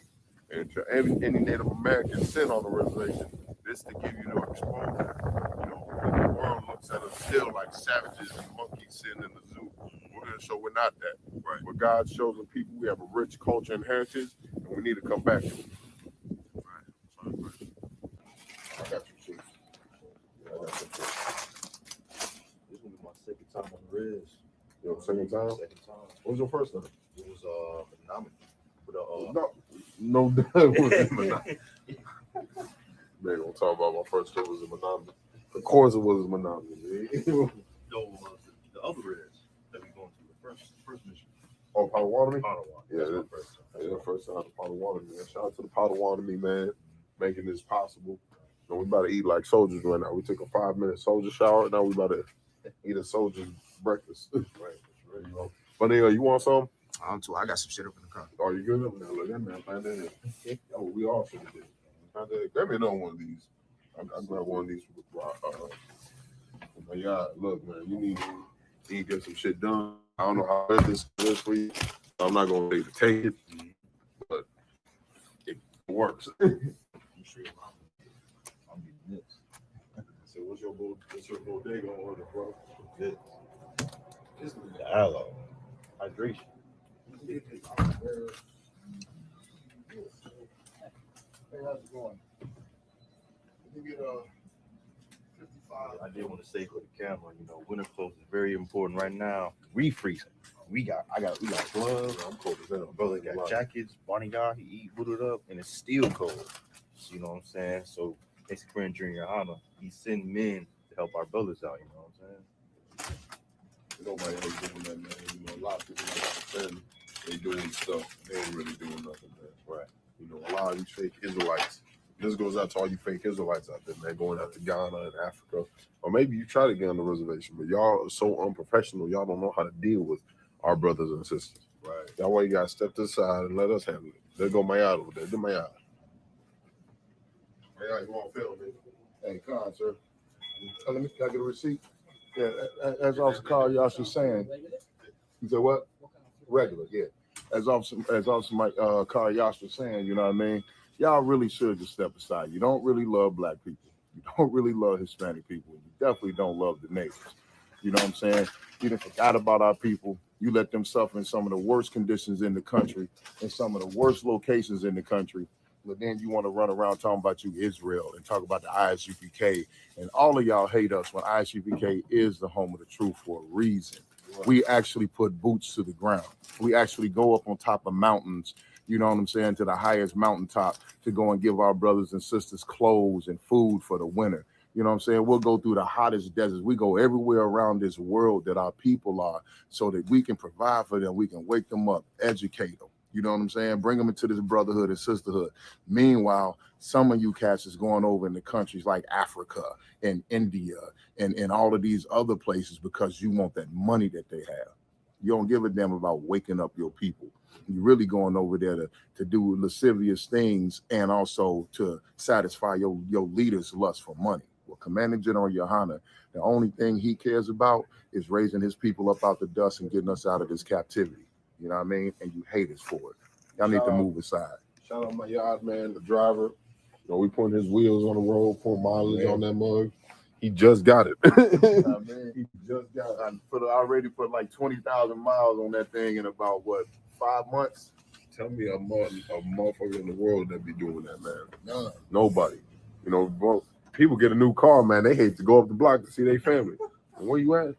30 minutes away. They hate going to O'Hare Airport. You where? O'Hare? I'm not sitting up in there. You out here, man. About to hit the Native American reservation, man. Give love to our brothers and sisters, man. You got anything to say, buddy? Everything y'all saying is completely true. And like what Officer Mayad said, we are the home of the truth. You see no other supposed Israelite group out there trying to do what we do at all. Just step to the side, man. What about you, Raj? Pretty much said it. Home of the truth, ISUPK. You're not really doing nothing important in your daily life. You in the world, you think you're doing something important. The only thing that matters, man, is you do some work for your brothers, man. Stop being so selfish. Y'all looking for a bad review, huh? That's what's up. Hey, Shalom Israel, man. We about to be at it again, man. A couple more weeks, be on the reservation. Commanding General Yohana 4th Annual Operation Reservation with the provisions giveaway. It's something that we can expect us to look out for each other the way that we do here. So it's always good to prove them wrong and shut them up about it. It's different over here, man. That's the only thing I can really say. Like you wouldn't know it until you're here and you get to experience it for yourself. Right. Like a lot of people think this is just some bullshit. It takes work, and again, unless you're here, most people only see social media. That's all they know about us. YouTube, Facebook, and then word of mouth from a biased source and biased opinion.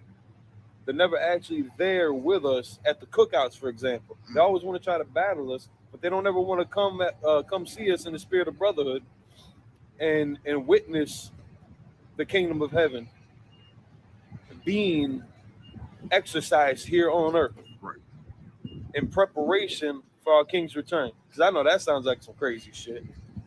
Fucking extraterrestrial coming out the sky, coming to save niggas and sticks? No, not us. Gotta be impossible. Gotta be something more to it, though. Because if it ain't that, then these devils are gonna keep on doing what they're doing. They're not gonna stop.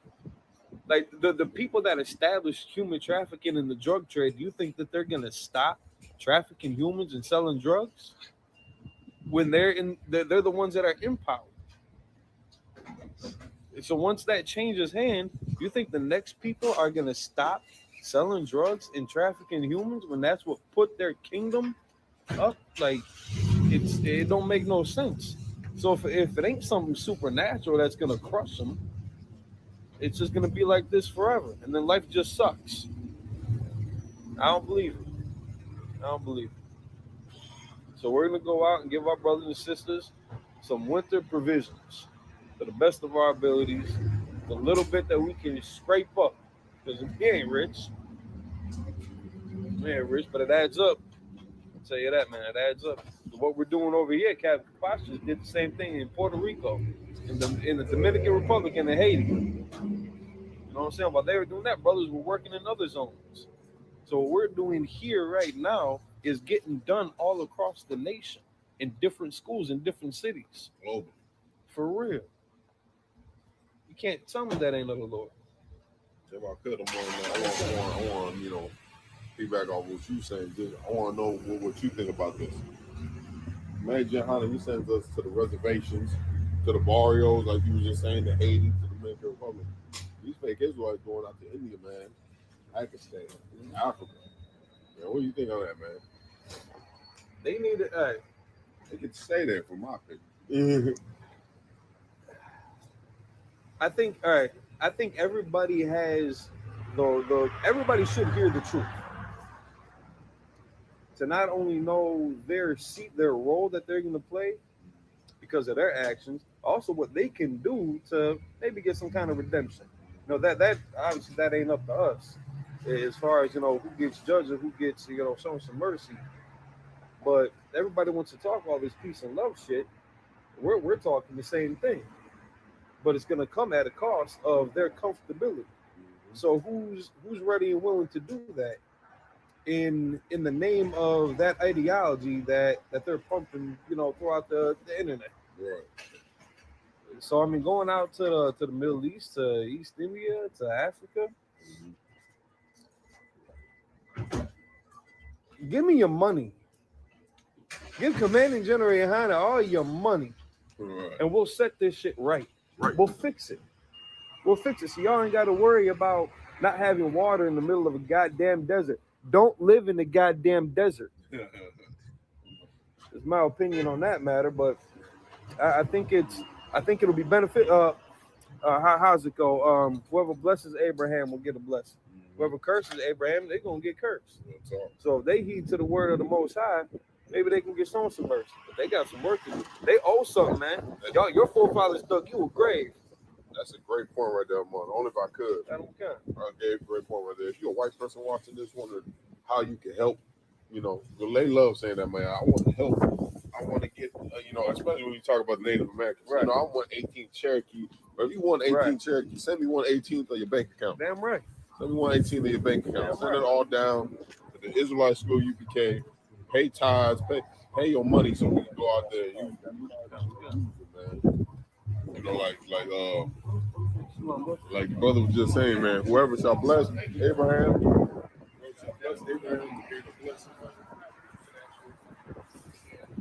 You ever heard about? I don't know if you identify as an Israelite yourself. No.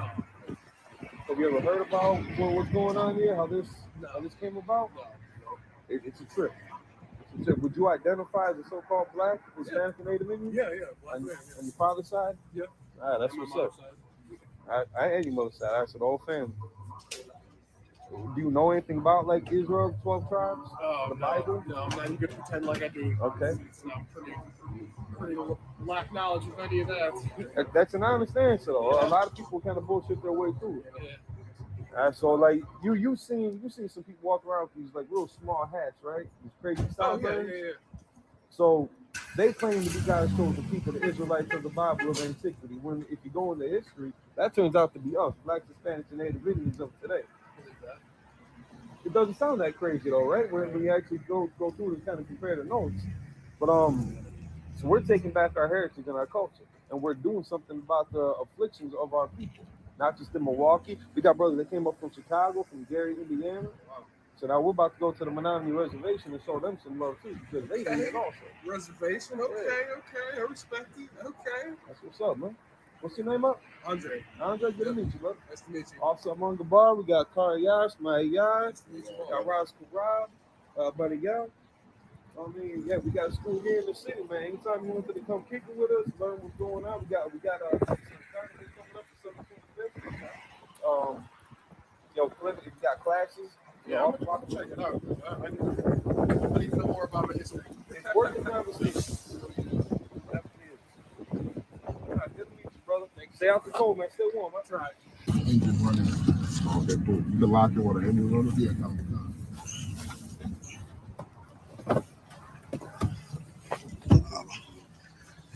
How about y'all? And where we at, man? Shit, we are at Flowers by Gazzardo's right now. We're about to go ahead and pick up some flowers to bring over to the Native American reservation and present, just a gift.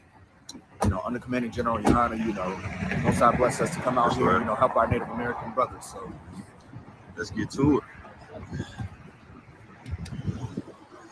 about to go in here and terrorize this flower shop. I shouldn't say that. Yeah, water, appreciate it.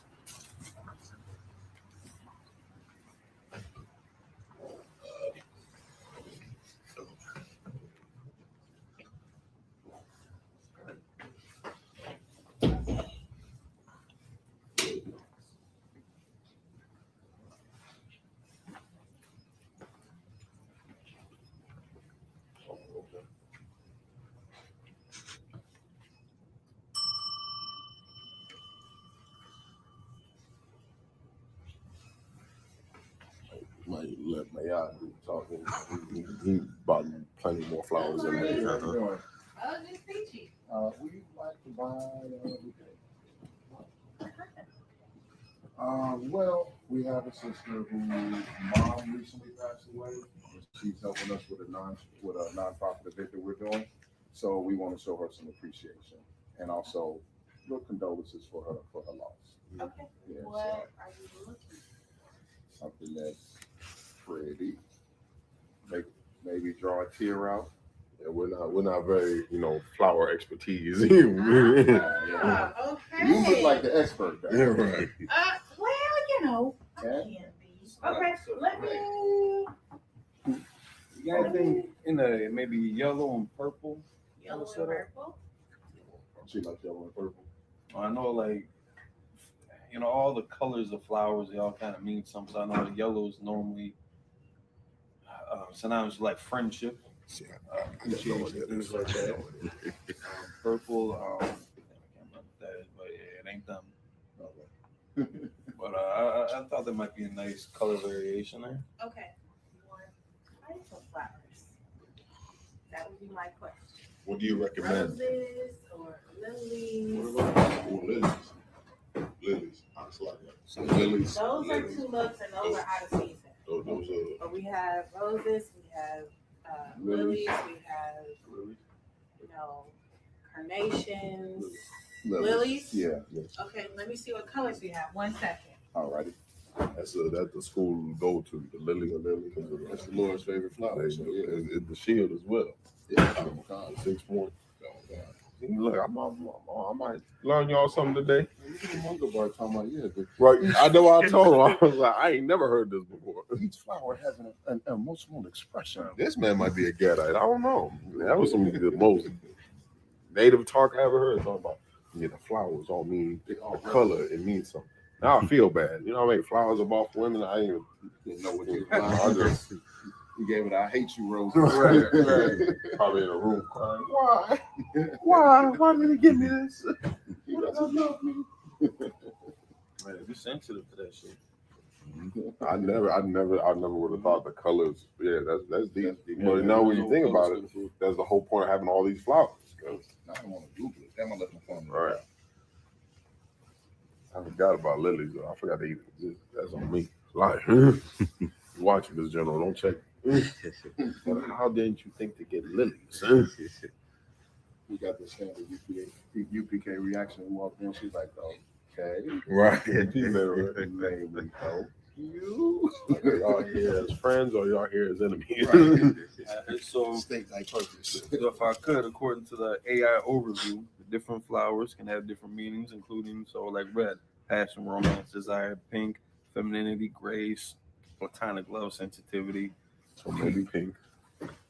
Peach, sweetness, sincerity, genuineness, appreciation, gratitude; orange, enthusiasm, exuberance, excitement, passion for work and life, success; yellow, happiness, joy, positivity, friendship, pride, lightheartedness; white, purity, virtue, reverence, sympathy, honesty; green, harmony, luck, rebirth, new life, renewal; blue, peace, openness, serenity, tranquility, and peace; indigo, wisdom and integrity; purple, royalty, dignity, pride, success, grandeur, luxury, elegance; lavender, refinement, elegance, grace, youth; black, elegance, mystery, strength, power. So they got a whole thing built up around it. Yeah, that's wild. I never knew that. That's I'm learning something. He just learned me something. That is crazy. That was funny though. We walked in, she said, Okay. Is this Robert? These are our colors. Now the ones we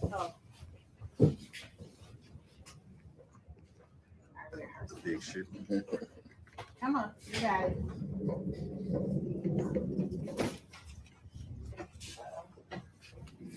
Okay, so the ones we have on hand is the white ones. These are just examples. The ones we got in, they're still closed because we just got them in. And then we have the pink ones and an orange.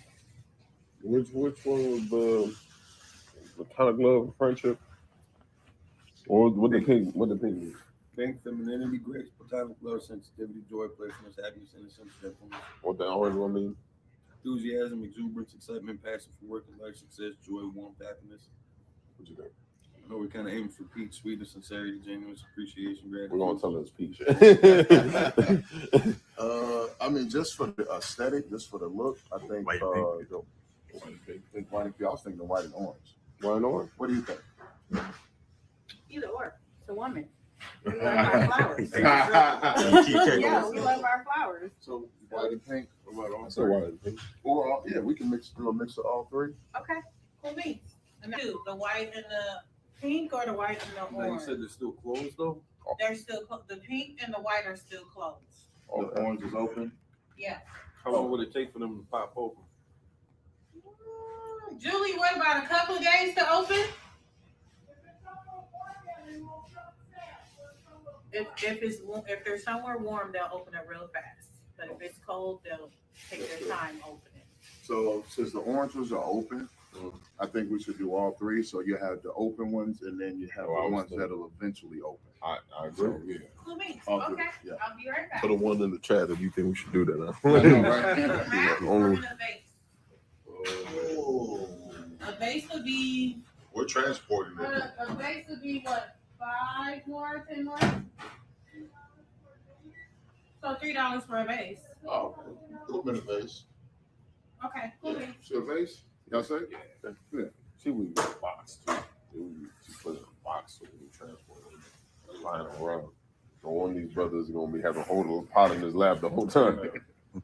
It's gonna be good, man. Hey, I don't want to hear, man, that we don't love our sisters, man. We, You know what I mean? man, we came to a flower shop. That's right. And there's a bunch of killers that don't know nothing about flowers, Right. except for one apparently. Mother bar. Why you need brotherhood, man? You got brothers with different talents, different knowledge. I had no idea about this. I'm flabbergasted. Next time I get my woman some flowers, I'm gonna get the pink. I don't know. Consultation. Right. Right. I'm just gonna call them. Hey, man, which ones do I get? And it's gonna be a whole thing. But is she on her flower? Is she on her flower? What kind of flowers you want? She on her flower? What kind of flower? The flower or the non-flower flower? Right. That's a real question here. I don't know nothing about that. He ain't know about flowers. You bought flowers before? Nah, you're right. Yeah, I did. What about you, Barney? I know he bought flowers. You know, it's a romantic brother right here. You see the chain. You see the turtleneck. SLB, Certified Lover Boy, man. You know, the only type of flowers that I bought, my rib specifically, she like daisies. I don't know nothing else other than that. Okay. Yeah, that's about it for me. The same here. There's one rib love roses, so I get her roses. Other rib love sunflowers, so I get her sunflowers. All women pretty much love roses. So you can't really go wrong with red roses. You know what I mean? But yeah, find out what her favorite flower is. This one West, motherfucker. Lilies. Right. You better love them too. I mean, Okay. She might be watching this later, sis. Out of love. I'm like, damn. Brother, you all cold, man. Yeah. I am sometimes. I apologize, y'all. Y'all might hear me say some crazy stuff on this document. It might get clipped. guaranteed. Right. Bleepity bleep bleep bleep bleep. That's what we need. We need a censor part like the old school Jerry Springer show. Bleep bleep bleep. And we had that. Especially on the podcast. Oh man. Yeah, we should look into that. We should really look into that. Getting the beeper. Well, you're gonna need somebody that's on it. I was gonna say, yeah, somebody got to be on top of that. Right. You know, can't be in that motherfucker. You ain't even gonna understand a word he said. It's just gonna be. I feel like you just like bring out the cussing more, like Right. What you say? Now you over here thinking, I wonder what he said. You a beat. That's why they start blurring the lips up too. Right. Because you hear the bleep and then you'll rewind and be like, what did he say? You're looking at the lips. So now they blur the lips up too, so you can't understand it. Now, what if they did that too, like out of sensitivity for the children? Well, I was gonna say like deaf people because only they can read lips. Oh, So what if they take that wrong? Yeah, I didn't think of that. Yeah, like they didn't hear it, but like I know what he said. Right. Gasp. Man, gas. I can't do sign language, y'all, but gas. I'm actually starting to learn sign language. Really? Yeah. Right. Yeah. Starting to take a couple little online classes about it. I figure, I mean, why not? It's another avenue to try to reach them. I also told Gada is from Oklahoma. Both of her parents are deaf, so she's fluent in that ASL. You know what I mean? That's pretty slick. Yeah. That's you know what? That is something that brothers should get into because there's plenty of our brothers and sisters that are deaf. And there's some that interest too. 'Cause I mean, they could just go on like the YouTube channel and like open up the captions, and that's somewhat accurate. Yeah, because sometimes, because we be speaking the Hebrew, sometimes that doing, it start speaking Aramaic. Right. If you get one of the country brothers like well, I brought this song. I'm about to drink I'm about to drink that energy drink. I don't have me driving 200 miles an hour. I'll get out and run next to the truck. For professional reasons, he's joking. What now? 16 milligrams. Yeah, I'll say, yeah. The cameraman going to do. Oh, fuck. Yeah, you're right. Damn. Yeah, it's some good gum, right? It's working. I don't want to say what it's like, but already, man, instantly. Yo. Oh yeah, that's it. Oh, okay. I should have saved it. Oh well, y'all drive. I'm going to sleep. I could just say something to the camera real quick. Here we in Milwaukee. We all the way from Gary, Windy City, Milwaukee, right here. It's 10:36, and the highest it's gonna be today is 24 degrees. We out in the flower shop trying to pick flowers out for our sisters. Can't nobody say that the ISUPK don't love our sisters at all, because we could be doing a lot more things today. But we here picking out flowers, and we want to go show support to our Native American brothers and sisters. So, and if I could piggyback on that, Salaki, and I just want to highlight the sister Sheena Frank too. Everything that she's going through, she's showing love to her people also, and working with a black supremacist, racist, terrorist, hate group like us. Shows a lot of integrity and sincerity on her part too, because she could have thrown us, under the bus. But she's stepping out and putting in work with us too. So that shout out to that sister, Sheena Frank. If I may, well, we didn't tell y'all about the sister. What Mom was dealing with is she actually asked though. She looked us up and she came with all the information, all the hate about us. But she asked the mun about it. That's so heavy because how many people just blocked us.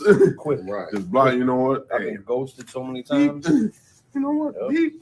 No, we're good. Beep. You know what I mean? Don't tell us nothing. This is Ash. She did her research, and I want to hear y'all side of the story. Yeah, and that's to be respected. I just had to say that. No, that's an excellent point. That's rare. We don't normally get that kind of feedback. Somebody that's willing to find out, willing to take that shot, and we gave her a straight answer too, and she still, she accepted it. So I think her spirit in the right place with us, and if anything, if this is even just that springboard, just that catalyst, that initial event that helps establish that relationship to help this keep growing and growing, because they're farther up north too. Oh, they are. So to help bridge that gap, we kind of building the trails. Gary, Chicago, Milwaukee, Manassas, Potawatomi. We got a couple more right above that too. Canada, we gonna be in Canada, man. Next year we in Canada. There you go. We're gonna be out there with the Mohawks, man. I was showing them. I don't know if you saw the class, man. I was showing them you ever seen the Oka crisis? Nah. The Oka crisis, man. It was a standoff between the Mohawk Indians and the white Canadians. Because they started in the 90s. We're still trying to take their land. They real big on treaties over there in Canada, and they hold it so dear because of what happened that day You know, like these cats were in the 90s, 500 years later, still taking their land. You know, the little subsection of land that they have, they trying to steal it. You know what I mean? All of it. Here we go. Is there any way we can get that in a box? Just to travel with, something to travel with. We got like maybe 4-hour drive. Yeah. 4-hour drive? Ooh. So Okay. not gonna work. Do we have another box, like a bigger box that they can travel with? Like one of our flower boxes, or one of those boxes right there. This is the plant food. Oh wow! Or when they get ready to change it out, you don't have to use a whole lot of it, and just let her know to snip off just a little of the bottom of each stem. Okay. And then add just a little to some warm water to let it sit. And once it get room temperature, she can put them back in there. Okay. And then she'll be all set. So Okay. she can, they'll last longer if you keep just snipping just a little at a time. Not a whole lot. Okay. They look excellent though. Thank you. Thank you. Our designer Julie created them. Thank you, Julie. Appreciate you. Yes, sir. No, they're gonna be traveling. They got a 4-hour drive. We could make some room in the trunk. I don't know. We're like a maniac when you all that C4. No, that's what I'm thinking about. Is there any We got one inside. We got people. fit inside of there? Sit that down. Okay. That should work. Give me a. Can you bring me a plastic bag Yeah, as I well? was gonna say plastic bag. I think that should work. You want- Sorry. Yeah, that should be protected. Thank you. That is. Yeah, that was She said, snip off the bottom of the stem, and then what else? Snip it off just a little, and then you want to mix just a little bit of really the don't. flour food, I got a little more. room temperature water, and then just stir. Have her stir it up just a little, just to dilute it. Let it sit for like 2 hours before she immerse the flowers in. She said, let it sit for 2 hours. No, just the water. Just the water. Just the water. And once she do that, then she can put them back in there, and she'll be all set. And if she just maybe once a week, snip just a little at a time, and keep doing that process, the flowers will last a good while. Okay. And we just got all of those flowers in just last night. Oh, So wow. those are very And fresh fresh, flowers. yeah. We believe in fresh flowers here, so all the time. Well, thank you so much for your help, sir. You're Because you welcome. know, as you can see, we're a bunch of men. we don't know too much about it. You know? Right. I got Oh, okay. You got to trim some off the bottom. This is news. Right. Yeah, no, just a little bit, So, and the gentleman, that was one of our drivers here, because we drive for the central area of Milwaukee. So the farthest we go is like O'Connell Walk, and the farthest north is Cedarburg. Mm-hmm.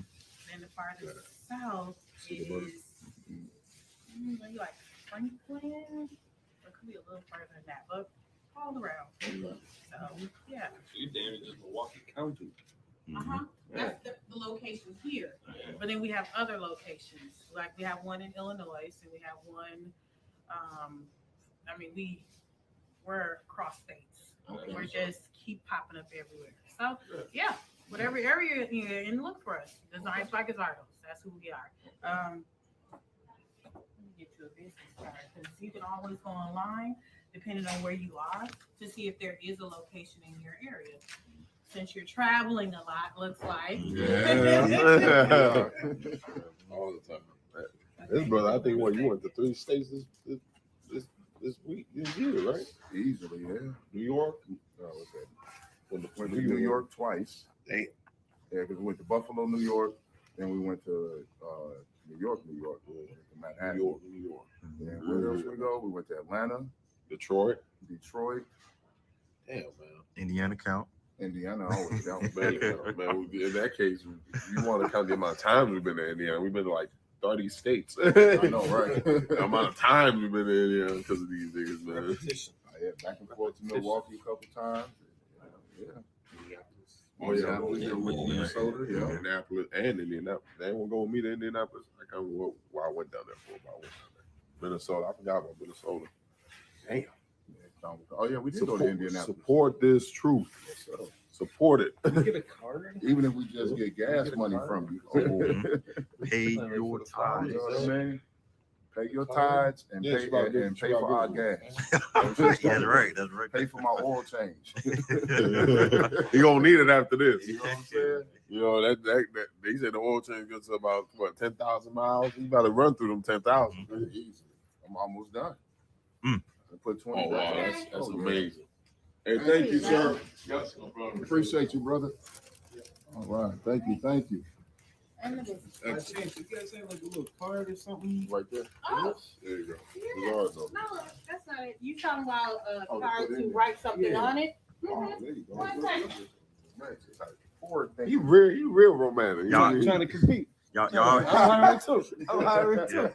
Y'all really outdid yourselves, man. I almost feel bad that we about to give her this flower setup that comes with chores. Hey, what better way? Women like that though. If you're a woman, tell me to keep you busy. Right. Trimming the flowers, thinking about it. Gonna make her think about it every time she do it. You know, I know the game. I'm Carl Yash. I am the game. Hey, you know what I mean? Let him know. Change my name to that. Right. Carl Yash means the game. Right. Trade you too. This our business card. We got a school right here in Milwaukee. What's the conversation if you haven't shown me this? All right, thank you very much. Thank you. Thank you so much for your help, sis. No problem. Y'all have a great day. Well. One of y'all the rest of the No, we got to wait on. Yeah, we on this, bro. Wrong, man. That's good, man. You know, I remember I did use this something like this before. I use that spot right there, 1800 flowers, whatever it's called. The flowers. Yeah, I used that before. It's perfect though. Yeah, I'm glad that they did it like this. Yeah, that's a good one. The base is gonna be somewhere nice and warm, so it should be good. You sprayed it air freshener? What are you doing, man? All right. Hey, I told these brothers, man, they look like an actual film crew. I know, right? They dressed and everything. I got it. Try to get it in so it don't get squished. Yeah, we do this, man.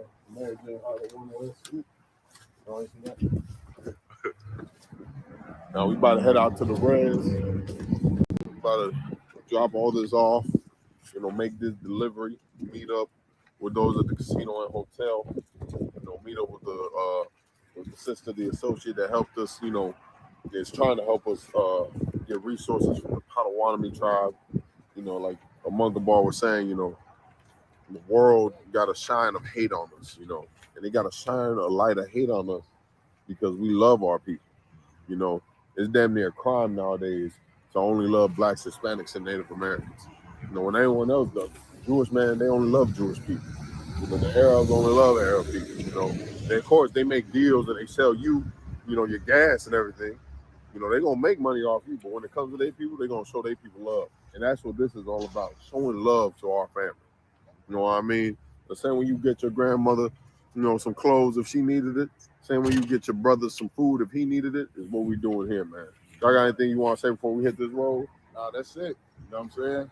Going out here to do the work of the Lord like we usually do, 7 days a week, all our lives. This is what we sacrifice our lives to do. Yeah. Y'all got to really know what sacrifice is. The sacrifice Christ spoke of. You know what I'm saying? All these men dropped everything, everyone to follow the path that Christ set before us. You know what I'm saying? And the Lord said, gather my flock. I'm paraphrasing. You know what I'm saying? So we doing what the Lord said to do. We're going out here to regather the flock of Israel, pull our people back together so we can get the hell up out of this captivity. Right. You know what I'm saying? And it's still fuck Trump 4 more years. Yeah. Fuck Trump. Yeah, tell them for the Mexicans, fuck Trump. For the Taino. Fuck Trump. For the Cherokee. Fuck Trump. Hey. For the Blackfoot. Fuck Trump. You know, it's covered up history. Well, is it so crazy to say they covered up you being an Israelite? You know what I mean? Why is it that crazy? Here's the thing. White people were infamous for saying back in the day that they believed the Native Americans were part of the lost 12 tribes of Israel. They put it in movies, they got it in books, they got it every goddamn where. Everywhere you look, there's an old movie called Cat Ballou. And I want to get this movie. It's a little goofy, Edomite comedy, Western type of deal. But in that movie, a dude walked up and said, I was just talking to such and such, a native, right? And he said, I was just talking to him, and he was speaking full on Hebrew. And he said that Native Americans are the 12 tribes, the lost 12 tribes of Israel. He said this in a goddamn movie. You know what I'm saying? That white people produce. We ain't had nothing to do with that. They can't blame Commander General Yohana for a movie made in 1920 or 30 or whatever it was. They know who our brothers and sisters, they know who we are. And they use it in little hints. They drop little clues here and there, and we don't want to pick up on the clues. You know what I'm saying? I've been hearing that about natives for the longest. Before I ever came into truth, I heard that. You know what I mean? And then we're going to look at Columbus's memoirs. We're going to look at all these explorers, even the Americo Vespucci. And they all talk about how the natives held up biblical traditions and celebrated the feast days and the ceremonies and all that stuff when they came over here. It baffles me, the witchcraft that's on our people's minds. You know what I mean? Because they cannot shake off the brainwashing at all. Back on here, and what started this conversation, I was telling my yacht about my time growing up in the Native American church, and when we would do our ceremonies and everything, women that were on the cycle, their flowers, were not allowed into amongst the ceremony. Like to those performing the ceremony, they would have a set of circle like we were in the teepee. When we would sit in a circle, that was considered the church. That was considered, the ceremony. And no one can enter into that. No one can enter into that space. You know what I mean? So the women that were on their flower had to stay upstairs, and most of the time they just prepared the food and got things ready for the next morning. And me and my yacht was talking about that because that's biblical. Right? A woman's not allowed to be amongst the congregation when she's on her flower, just to make sure she's safe and everybody else is safe because of the fluids and everything that's leaving her body. You know what I mean? Just to keep everyone away from, any sickness or illness she may have with the blood and everything else. You know what I mean? And there's so many other similarities when it comes down to Native American tradition, the way we dress, the way we talk, the way we handle things. And it's crazy, that we just can't, it's not even a thought on our mind. We could be the Israelites. We could be chosen. God's chosen. Which proves more with God's chosen, you know what I mean? But what I'm trying to say is, they say most of our history has been stolen, erased, never thought of or from again. But isn't it a possibility we could be Israel? Isn't it a possibility that the reason they had to steal and beat that out of us so hard was because we are these lost tribes? And now we're sitting there confused, wondering where to go. We're sitting trying to join with the Asians. Like black people trying to join the Africans, we trying to join the Asians. Asians don't give a damn about us at all. You know what I mean? Trying to join with the damn Hawaiians. Hawaiians don't care about us. They do it on that. Then you saw what they did in that parliament, the Australian parliament. Man, they good. They doing all right. But who's standing for us, man? Who really siding with us? The only ones that can understand our struggle and our pain is blacks and Hispanics. You know what I mean? Nobody else can really understand what we go through. Because they stole black people's identity. They stole the Hispanic people identity. You know what I mean? The reason the Mexicans are called Mexicans, Puerto Ricans, Cubans, Venezuelans, because their whole identity was stolen from them and they was given this name.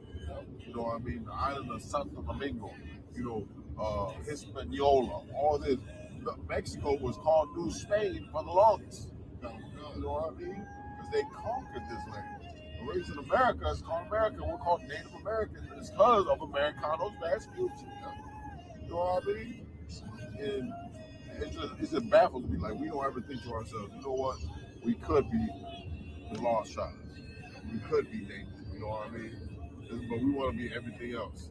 I've been Jedites in every type of religion, every type of, organization under the sun. And, theists can't have, even Jedites that read the Bible. There's a lot of Christian Jedites, everything that happened to us. The influence in the boarding schools, the church, and everything else. And they read the Bible. And you can't ever see that the lost 12 tribes are similar to us. You know what I mean? The same way a black man will read the Bible in church, and he'll never sit there and think, oh, it's talking about me. You know what I mean? What about y'all? What y'all think, man? Niggas holding the camera? Yeah, you absolutely right, sir. You are absolutely right. Everything that you're saying. These niggas sleep. Yeah, I ain't gonna lie, I was. These niggas woke me up with all that deep thinking. That was real heavy, but the brother bringing out is really heavy. And you know what's so funny too, sir? Is that we focus so much on our quote-unquote differences that we can't realize we the same people. Like, we all went through the same shit. You know what I mean? Okay, I was just a little hot. Oh, I thought that was for another purpose. But no, we keep focusing on our quote-unquote differences, and the real differences is superficial. You know what I'm saying? Because natives have long hair, and we have kinky hair. We have kinky hair, and you guys have longer hair. You know what I mean? Like, light skin versus dark skin is the same superficial goddamn differences that we fight amongst ourselves with, that we look at each other. But Native Americans, Natives, Hispanics, and Black people have all had their identity washed away, have all had their traditions and languages washed away, don't know nothing about who they worship, how they worship, where their ancestors really come from, what their ancestors even really ate. All that information we get from the oppressor and from colonizers. What Hispanic brothers know about I always talk about the Incans, the Mayans, the Aztecs, and all the, mighty Indian, Mexican Indian tribes, the South American Indian tribes, right? But all the Olmecs and all them, everything we know about them comes from the people that conquered and colonized them. So why would we think that they gonna tell them, oh, well, they wore fringes?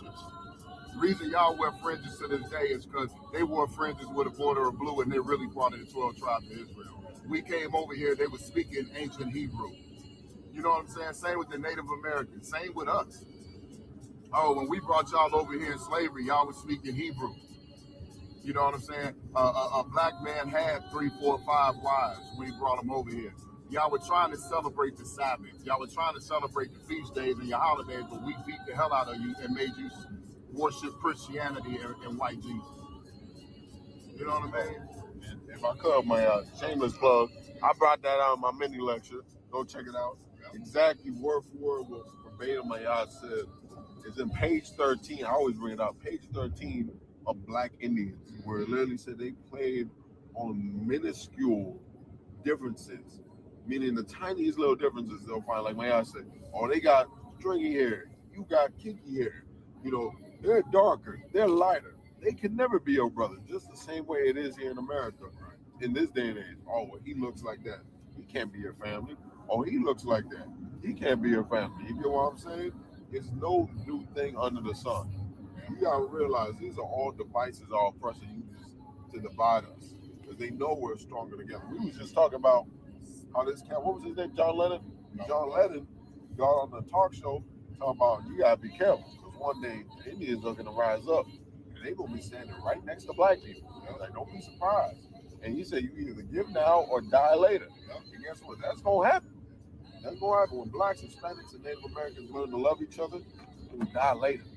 You know what I mean? They're gonna be the bringing forth of a beautiful nation, and it's gonna bring the coming of our King Jesus Christ. We know as Yahushua Mashiach. That's right. Gonna wipe this place off the face of the earth. Chief Red Cloud once said something. He said the red nation will rise again. He said, and it's gonna be a healing for a sick world, for a destroyed world, and then you'll realize you were wrong. We're talking about the white man. After everything y'all did, when we rise back up, and we doing it here in ISUPK, when we rise back up, we're gonna be what heals this world. You wanna know why? Because our rulership will be on the forefront, and they'll be at the bottom. So when this land was being taken care of properly and everything flourished. That's why they was able to grow so many crops and survive for such a long period. Now look at the world, man. It's dying. Right. It's dying, man. Right. You know, it's damn near, you know, we thought we weren't getting the winter for the longest. Yeah, it was just 80s. It was literally the 80s like 2 weeks ago in Chicago. Right. But normally around September, it starts getting cold. It was September 85 in September. Because of what the pollution and disgust this white man's done. I mean, it was 80 in October. That was real crazy. Halloween, they was out there dressed half naked because it was so goddamn warm in the earth. And that's another thing, how they talk about, the natives live with the land and were at one with the land, and the natives love to talk. They got our brothers thinking that they worship nature because of how in tune they are with the land, but Israelites are in tune with the land. Right. When we cultivate the land, then we let it rest for 7 years, and then we cultivate the land again. You know what I'm saying? Like, we know we're an agricultural people. So if you look at the Native Americans, they're an agricultural people. It's natural. Why do you think the oppressors had us? The cotton industry boomed during slavery because of us. The corn industry, the sugarcane industry, every major industry that these devils had boomed because of us, because they went and got the most agricultural people on the face of the planet that are in tune with this planet. You know what I'm saying? It ain't just the natives, black people too. This is just who we are as a people. You know what I mean? And that's why we have so many similarities, but we just can't see it because of the years of oppression that's been on us, man. Like, when you look at these devils, they're death. They're death on the entire, like, what, I don't know if anyone shameless put it to the Round Table of Truth. So make sure y'all watch last night's Round Table of Truth show. Kevin Quad brought out this little snippet of these white devils posted saying y'all got conquered and y'all need to accept it. We just were better and we conquered the earth. You conquered the earth and made the earth a cave. You know, all this concrete, all these skyscrapers, all this death and pollution. You're death on the earth. The Gadites were trying to warn you. They over here trying to steal the land from the natives. Like, well, we're not gonna give it up because one, it's our land, first of all, and two, y'all not gonna take care of it.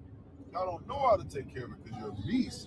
That was that whole manifest destiny garbage. And they believe, we can just take everything, own everything, and it'll be ours. And we can do what we want with it.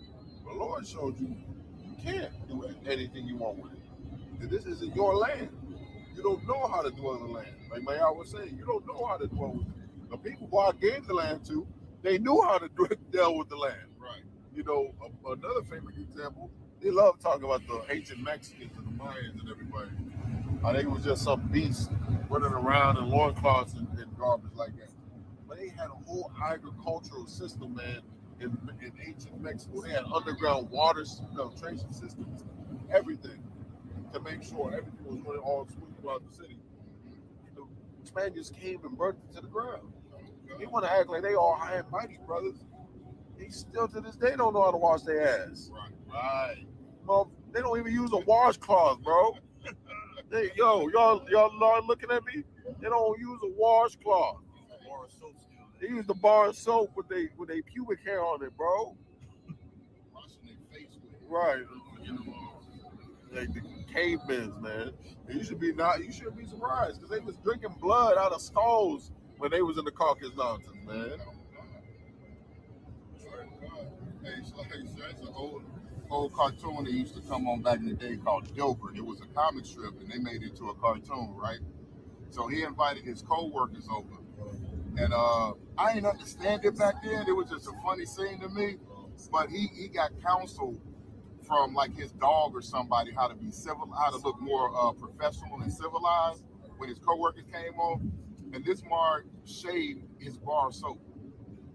Like he had his bar soap, and it was so much hair embedded into the soap that he was embarrassed about it. So this Mark took a razor and he couldn't get the hair out, so he shaved it. He gave the soap a haircut.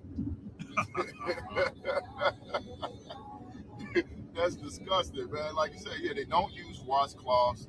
They just, I just gross. They're completely disgusting. They the ones supposed to be running the earth, right? Right.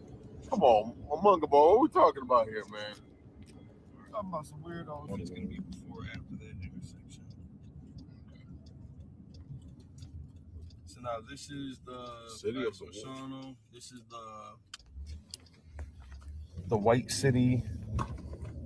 That's Thanks, they native. Right outside the natives. yeah. It's how would I say it? The white township that lords over the res. So when they send niggas to jail, they send them here. There is like a municipal jail like at the native police department on the res, but when they lock you up, they send you out this way. For the kind of petty small shit, whatever. But yeah, so this is, and because of the lack of work on the res, a lot of people move to, or either they'll move to cities like this, or they'll just live on the res but work here.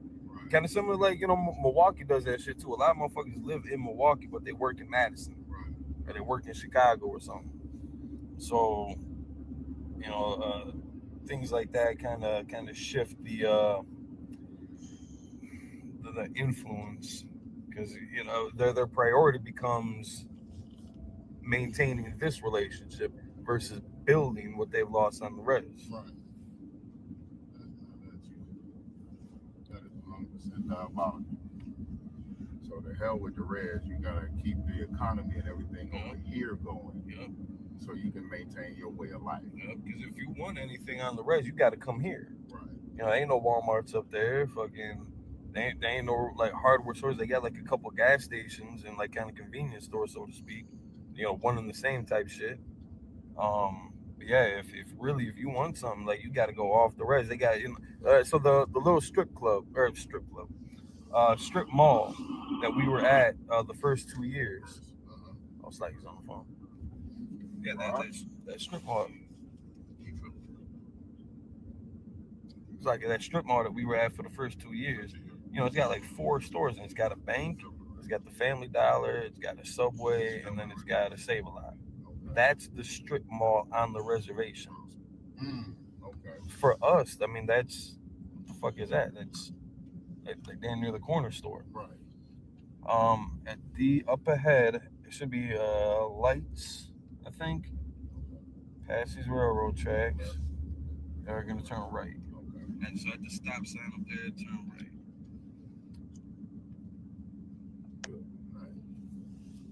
Yeah, so about maybe 20 minutes away from destination, 15, 20 minutes. 13 minutes away. So now on the left side of the street in a little bit, we're gonna come across Charlie's. It's the grocery store. Okay, that's our destination. Yep. Next pit stop. Come at one come. Nice. Oh, yeah, this looks lively. Yep. This looks like it's yeah, definitely sundown over here. It's like some of the bars and shit around here, like native cats, they might frequent these, and like Gresham, a couple other spots that I've been to a couple times that ain't really in the area. It's like there's one main street that goes through. Well, I guess 2, but one main street where like everybody is more densely populated. On the other streets, it's kind of splotchy. But it's like the 2 main roads that go through the res. And on the one that we're going to be on, from where we're going to be all the way to Neopit, where we had last year's event, you're damn near gonna see everything there is to see on the res. Like it's super lackluster. Yeah. So would it be safe to say that the bars and the spots around here are not really native friendly per se? How would I say? They're white people living in their little slice of heaven, so they're unbothered by the peasants.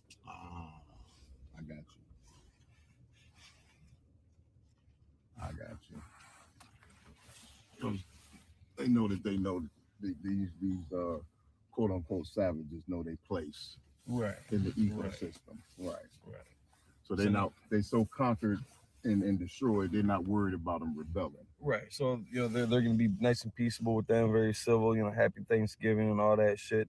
Now, if we walk into the bars, it might be a little bit of a different atmosphere shift. Definitely. Music gonna stop. By the rain, niggers.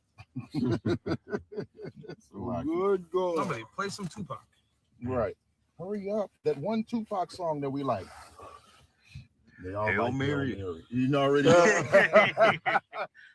Anytime they play Tupac, come with me. They know it word by word. You know what I'm saying? Like that's the nigga anthem is Hail Mary. That's something. Are we all going in or? Yep. Let's scare these people. I mean, let's go establish diplomatic relations. Right. Yes, that's the word we're looking for. That's the nominee casino resort. Get it for them. Casino resort. We're here because they offered us help with our operation reservation. We some things kind of happened last minute. With a whole lot of things going on the res, so they allowed us to come out here. And they offered us the ability to host Operation Reservation for the 4th year, giving us access to the ballrooms 3 and 4. We're here just to have a little meeting with them, just to see about our access points and everything going on. The publication promotion. Come here, Amon. I'm Munga Bar. It's a Munga Bar, the brother that put in the heavy work, man, to get in contact with these people to make sure, keeping a consistent contact with them. So we can make sure to have events like this. We're gonna send them, meet up with them, man. Hopefully, Lord allow, we have a good conversation, get some good promo in here. Hopefully show y'all what ballrooms we're gonna be in, 3 and 4. Maybe we might let us see what the food's talking about. If they're not already occupied, if there's an event going on. Right. I know there's an event later on tonight, some kind of country song going on here. I ain't gonna say that, but so brother, yeah, country music, I know country music. But we're gonna just check it out, man. Shout out to all the brothers that came out here. We're gonna keep it professional as always. Look at my yard wearing my war scarf. I wish I was bald head sometimes, so my war scarves don't look that good. We can trade scalps. That's crazy. All right. Yeah, well, you got that on camera. I don't know. You might have to cut that one out. All right, y'all. Let's do this. It's a Saturday. Is it a Saturday? It's Saturday, right? Saturday, feel like Thanksgiving Saturday.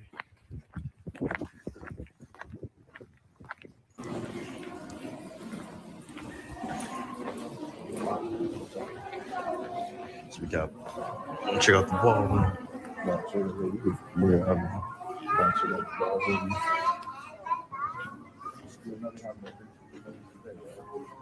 so it's kind of, we have stuff set up in here, but it would be that back half right there. Oh, so that's 3 and 4 back there? Okay. Because this is 1 and 2 right here, and then 3 and 4 are half. And then are come through here, or there outside doors there? There will be that side door right there. Are we able to go through? Is it going to set off any alarms or? No, it's all good. You guys are all good. All right, thank you. Will it be divided, or how will it work? It will. I don't know what kind of event are you guys doing? We're doing a clothing giveaway, winter provisions, like winter gear. We do it every year, but It's really gonna be a giveaway, a drive, a clothing drive, basically. Yeah, because I don't know too much about it, but that's what I'm. There is dividers right there, if you can see them. Yeah, So that's what I it was would looking probably at. be divided in half. Okay. That's what work. Very much. Your name? My name's Cameron. Cameron. All right. Thank you very much, Cameron. Thank you so much. Cool.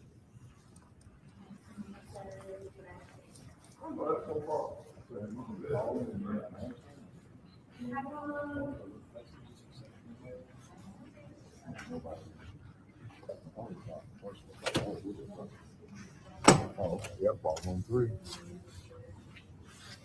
So we can have Employees on. so it's 3, and then that exit over there would be 4. So we have the doors open.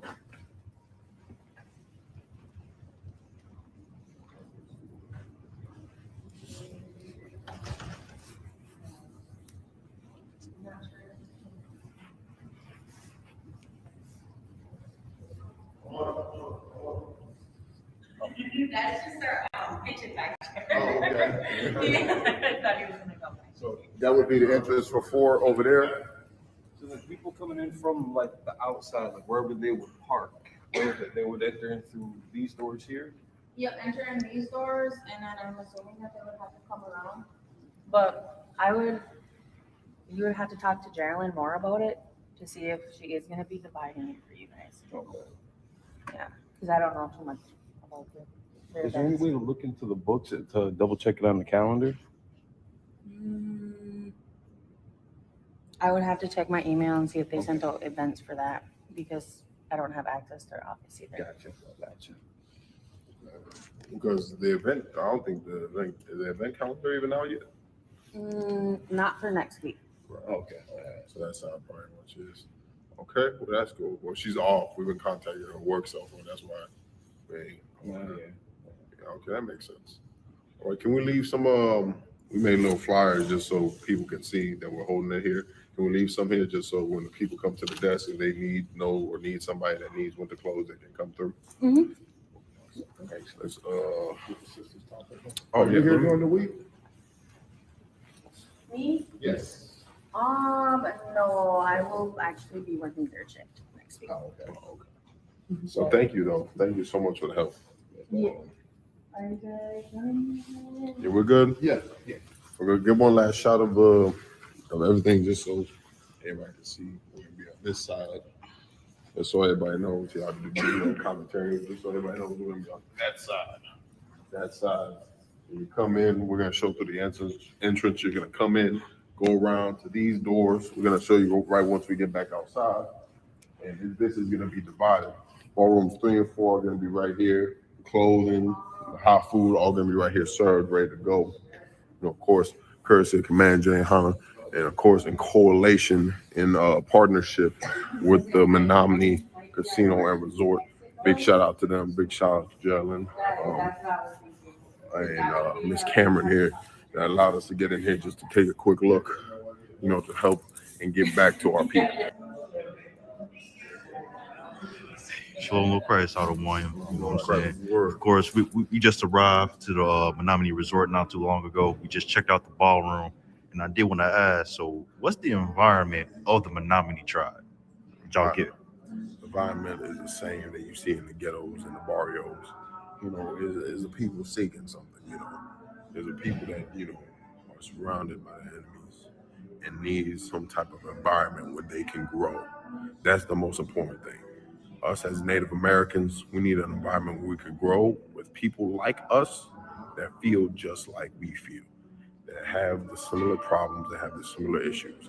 Like a lot of things we deal with that a lot of people don't want to talk about, mental issues, drug addiction, alcohol addiction, all these things that we deal with are things that have to be dealt with the same type of aggression as those demons. Those demons we battle, we have to meet them with the same type of aggression. So that's what you see right here is the lack of aggression, the lack of a fighting spirit. But thanks to the ISUPK, we're here to bring that fighting spirit back in all of us so we can have that unity, that warrior spirit in us to fight back all that evil and purge it from amongst us. Anything you want to say, man? It's like, just like you said, it's time to wake up It's time to stand up. You know, too long have they put that peaceful, passive spirit in our people. So everywhere that we go, if you see blacks, Hispanics, and Native Americans, you see a defeated people. You see people who have lost hope. They've taken all the warrior and fighting spirit out. Native American people are known for being warriors, some of the greatest warriors that this country ever seen and fought against. You know what I mean? And then you take that spirit out of them and you replace it with a Christian mindset. You know, you get off of the war path and you get onto the Christian path, and then that leads to alcoholism, that leads to drug addiction, that leads to exposing your women to be trafficked off the reservation and all across this world. So all the horrible things that you can imagine can happen to them. But ISUPK, the Commanding General Yohana, is here to put that spirit back in our brothers and sisters. And the thing about it is that our warfare is not carnal. So it's time to get back to that spirit. It's time to get that warrior spirit, that warfare spirit back. And then let's make that warfare spiritual. Let's make that warfare against principalities, against the technicalities and all the things that they put against us in this country, so that way we can come back to being the mighty people that we are, and we can get out of this colonized captivity that our people are stuck in. Absolutely right. We about finished up here. Shout out again to Officer Mungabar making these connections, setting them up. You know, that was kind of a last resort for me and Amon. We was like looking all around to get an inside, to get somewhere inside, so we get people out the cold this year. You know, because this is our fourth time doing this winter provisions giveaway. Me and Amon, we was down to our last few options. I said, you know what, Amon? I said, I asked him like that anywhere else. He said, we could try the casino, but I don't know. I said, man, let's try the casino. Let's do it. And now we're here. Lord allowed to give us the provisions, everything we need, you know, and associate with them. We're going to be able to give a lot of families and help them and get them from being out in the cold, give them a hot meal and get them some winter jackets, man, so they don't freeze to death out here. That's what we want. And if I may, like, yeah, I was apprehensive about even contacting the casino because I'm just thinking they're just about the money. They're gonna charge for the room and shit like that.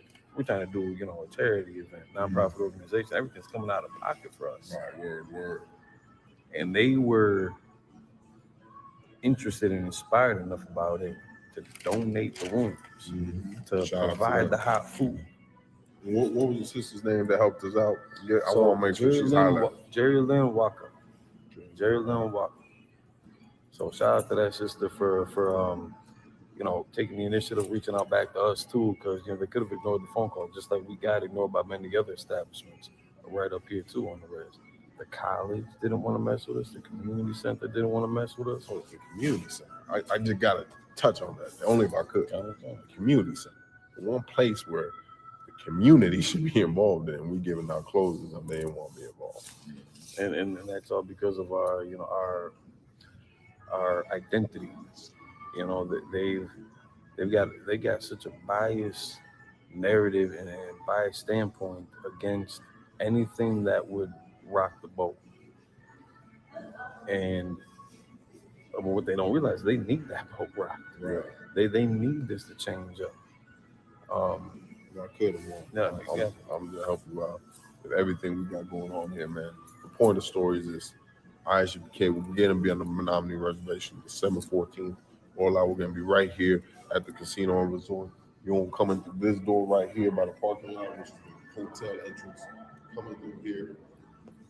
We'll go around. We're gonna put in the video like Raj Rob. So you come around, go to ballrooms 3 and 4, so you get yourself some clothes, a hot meal, and you know, again, shout out to Captain the Bar Moth, the headway of Operation Reservation, our mentor in all of this. You know, of course, the mighty Officer Mungabar, you know, spent a lot of years out here living amongst our brothers and sisters in the tribes.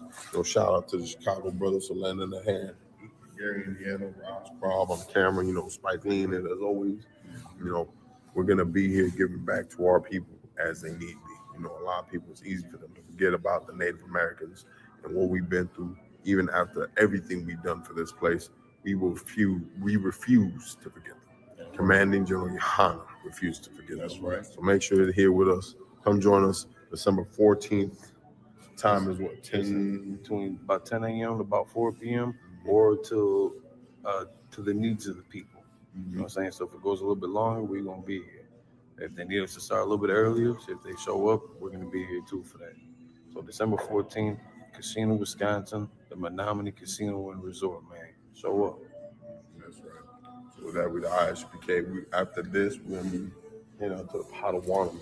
We're gonna probably check this out a little more along the way, just see what else we can see here. But yeah, we're gonna head out to the Potawatomi Casino in a minute with another sister has been very diligent in helping us. We got her a little gift, man. As Commander Hunter has taught us to do. We pay back. If someone does a favor for us or looks out for us, us as Israelites, our custom is to look out for them. Which is such the giving spirit of natives, blacks, and Hispanics. And we're gonna give her a little token of our appreciation, man. Go see her out there because she's been really diligent in getting us some help, so we could give this help back out to our people. So we're gonna check that out. Please stay in tune with us, man. Make sure you get this documentary everywhere, man. This is what they don't want to see.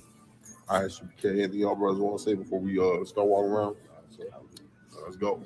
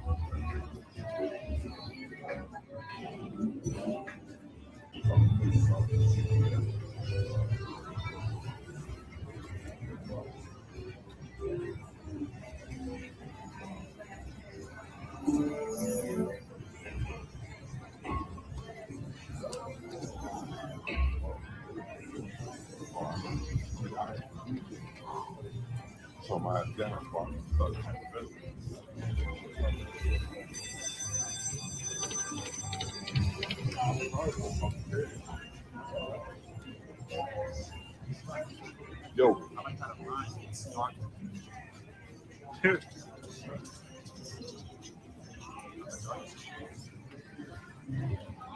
Yeah, thank you so much for the help.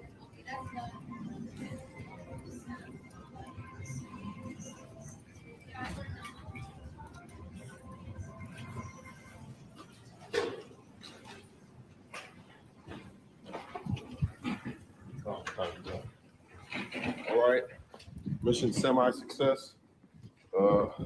One in there got the video promos and everything. Weren't able to meet with a lot of the event coordinators, just simply for the fact they off this weekend. So we're gonna be right back up. Hopefully, same crew, Lord allow, back up here to conversate with the people and give y'all the interviews y'all waiting for. Right now, we're gonna head to the Potawatomi, meet up with the sister out there. Like we said, they've been helping us out with an outreach and everything with the resources. We're on the road right now. Come with us. Come on, let's go check it out. Well, y'all, what y'all got to say? Everything's been said, sir. We're gonna hit this road, do what we do best. Right. Besides scaring our oppressors. that is. Look, I don't know if this is gonna make it in or not, but for me personally, one of the best parts of serving the Lord is how terrified our oppressors are when they see strong, truly spiritually strong Native American men, black men, and Hispanic men. You know what I mean? They have never seen anything like this in their lifetime. This right here is a phenomenon in the earth. This is why the ISUPK is the home of the truth, because our mere presence shakes our oppressors and our enemies to their core. And we're here on a peaceful mission to help our people. Imagine if the Lord set us on a war path. You know what I mean? But our warfare is not carnal, it's spiritual. So we is on a war path. That's right. We're on a different type of war. Spiritual. We bringing down principalities and spirits in high places. Come walk with us. Come see us do it. All right? Definitely right about that, man. The one thing that I love about these trips is getting to see our oppressors face cower in fear. Damn right. That's all I got to say on that.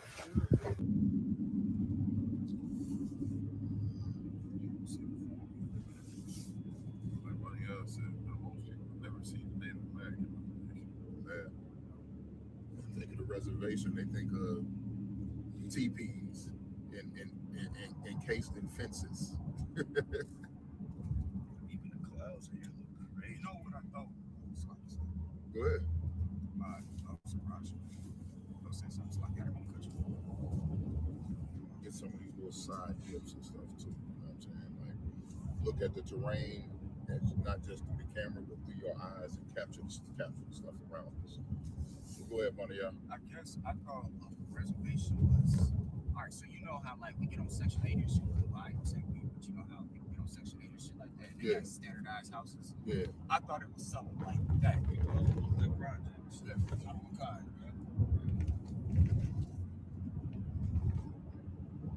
fucked up. They tucked off in the woods. Anything can fucking happen. This is houses and stuff, Roger. So you look around, not just through the camera. You get all of this. But the amount of perfect beat footage to see how our people live. I mean, even men, you know, a lot of men don't even get the to the right, to the left. Make sure you observe the sidewalks. And that way you can capture stuff as it comes up. A lot of the back streets, ain't no street lights like that. There's no protection. There's no patrol like that. There's no security. That's how our sisters are exposed to being kidnapped into this plenty of drugs. What they got up here, meth and fentanyl. And heroin. That's kind of slowly being, overtaken with fentanyl. And this is how our sisters are exposed to being victims of the international sex trade. These sisters disappear off the reservations and they're transported all across the damn world. And this is how they were able to spoil that man's house. They broke the man down, got rid of him. And now everything's just got left alone, unguarded and protected. And we are in the straight mountains. What other Israelite group you know will go into the mountains of America, in the backwoods of America to go and save their people? You know what I'm saying? To go and help their people.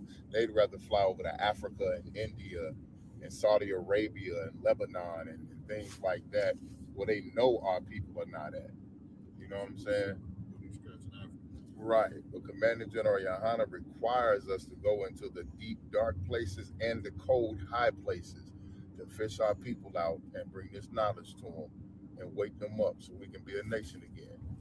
You know what I mean? I'm not going into no country where they eat elephant tusk and rhinoceros toenails. You know what I'm saying? Talking about they are people just because they dark skinned. You know what I'm saying? I'm from Mississippi, where they say every skin folk ain't kinfolk. You know what I'm saying? And just because Africans got a darker complexion don't mean that them are our brothers. Just because East Indians have a darker complexion don't mean that them are our brothers. You know what I'm saying? Everybody want to be Native American until it's Thanksgiving time. Or until it's actually time to come to the reservation and goddamn do something for our people. You know what I mean? Then you ain't native no more. You ain't going on top of that mountain in Wisconsin in December. You know, man, it's freezing. It's already snow. It's already frost on the ground. You know what I'm saying? We looking at frost on the ground. Raj, catch that frost on the ground. It's frost on the ground. That's snow. We're on top of a goddamn mountain on a rescue mission for a whole part of our nation. We ain't come to rescue one or two brothers or sisters. We came to rescue an entire tribe. Everybody on the reservation is who we came to rescue, man. Come on. While your fake leaders take money from Congress to mislead you, and your fake Israelite groups want to be on the internet dissing us, eating pork, you know what I'm saying? Or going out to some other part of the world where it's warm so they can do all types of disgusting things while we stay here with boots on the ground, man. I love this truth.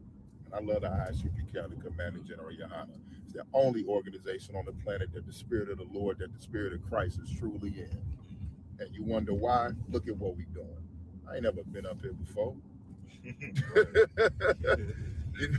You know what I'm saying? What I know about Swore, we literally on top of a goddamn mountain. I'm from Mississippi, nigga.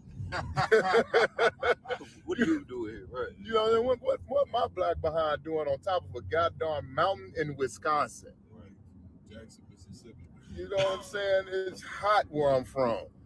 When it snowed, where I'm from, when it snowed, the couple times that it snowed in my childhood, my grandmother sent my aunties out back to gather up the snow and made ice cream.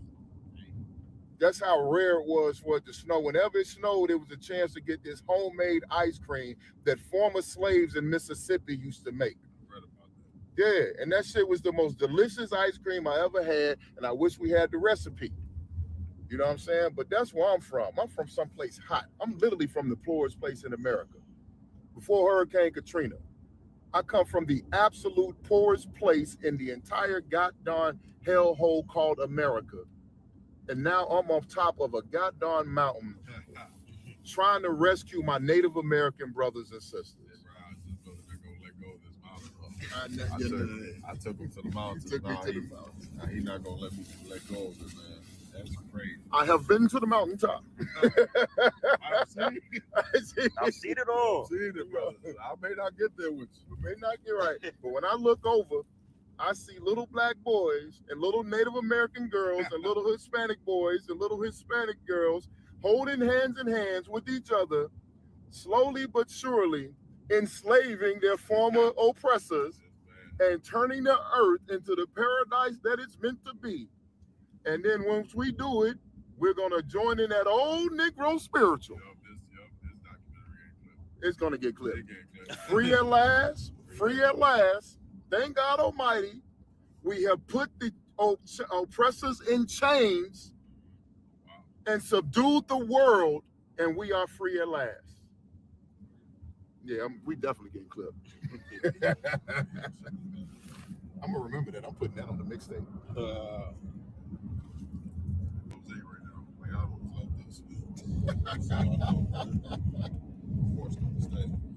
Hey, glad I came. You know what I'm saying? The spirits of my ancestors and the spirit of both of my grandmothers. Yeah, y'all didn't know my y'all's grandmothers was Gad. Gadite grandmothers. You know what I'm saying? One grandmother, my great grandmother was a Gadite, and my grandmother on my father's mother was my grandmother was definitely a Gadite, and my great grandmother on my mother's side was a Gadite. And I ain't talking about no fake black people. Everybody want to be Gad because they think they got good hair Gadite. I'm talking about straight Gadite. You know what I mean? I don't know what tribe my grandmother came from over my mom's side, because my grandfather on my mom's side is the one that's Haitian. Oh, okay. That makes her a full-blooded Haitian. But my grandmother on my mom's side, her last name was Turnbull, actually. Oh shit, she Gad. Yeah, they from Mississippi though. Oh, she was. So in Mississippi, it was Blackfoot and Chippewa. Chippewa. So I think my people was Chippewa, Chickasaw. You know what I mean? So I got to do a little bit of investigation because I want some of that money that they're giving for the oppression of our Gadite people. So if you can prove that you have GAD, there is grants out here for you. Hard to come by. Very hard to come by. And they gonna fight you. In there. You know what I mean? They gonna say, nigga, you was not descended from Red Cloud, you was descended from Leroy. From Leroy. Leroy. Who's the master? Nigga catching bullets with his teeth. He got that glow. You know what I mean?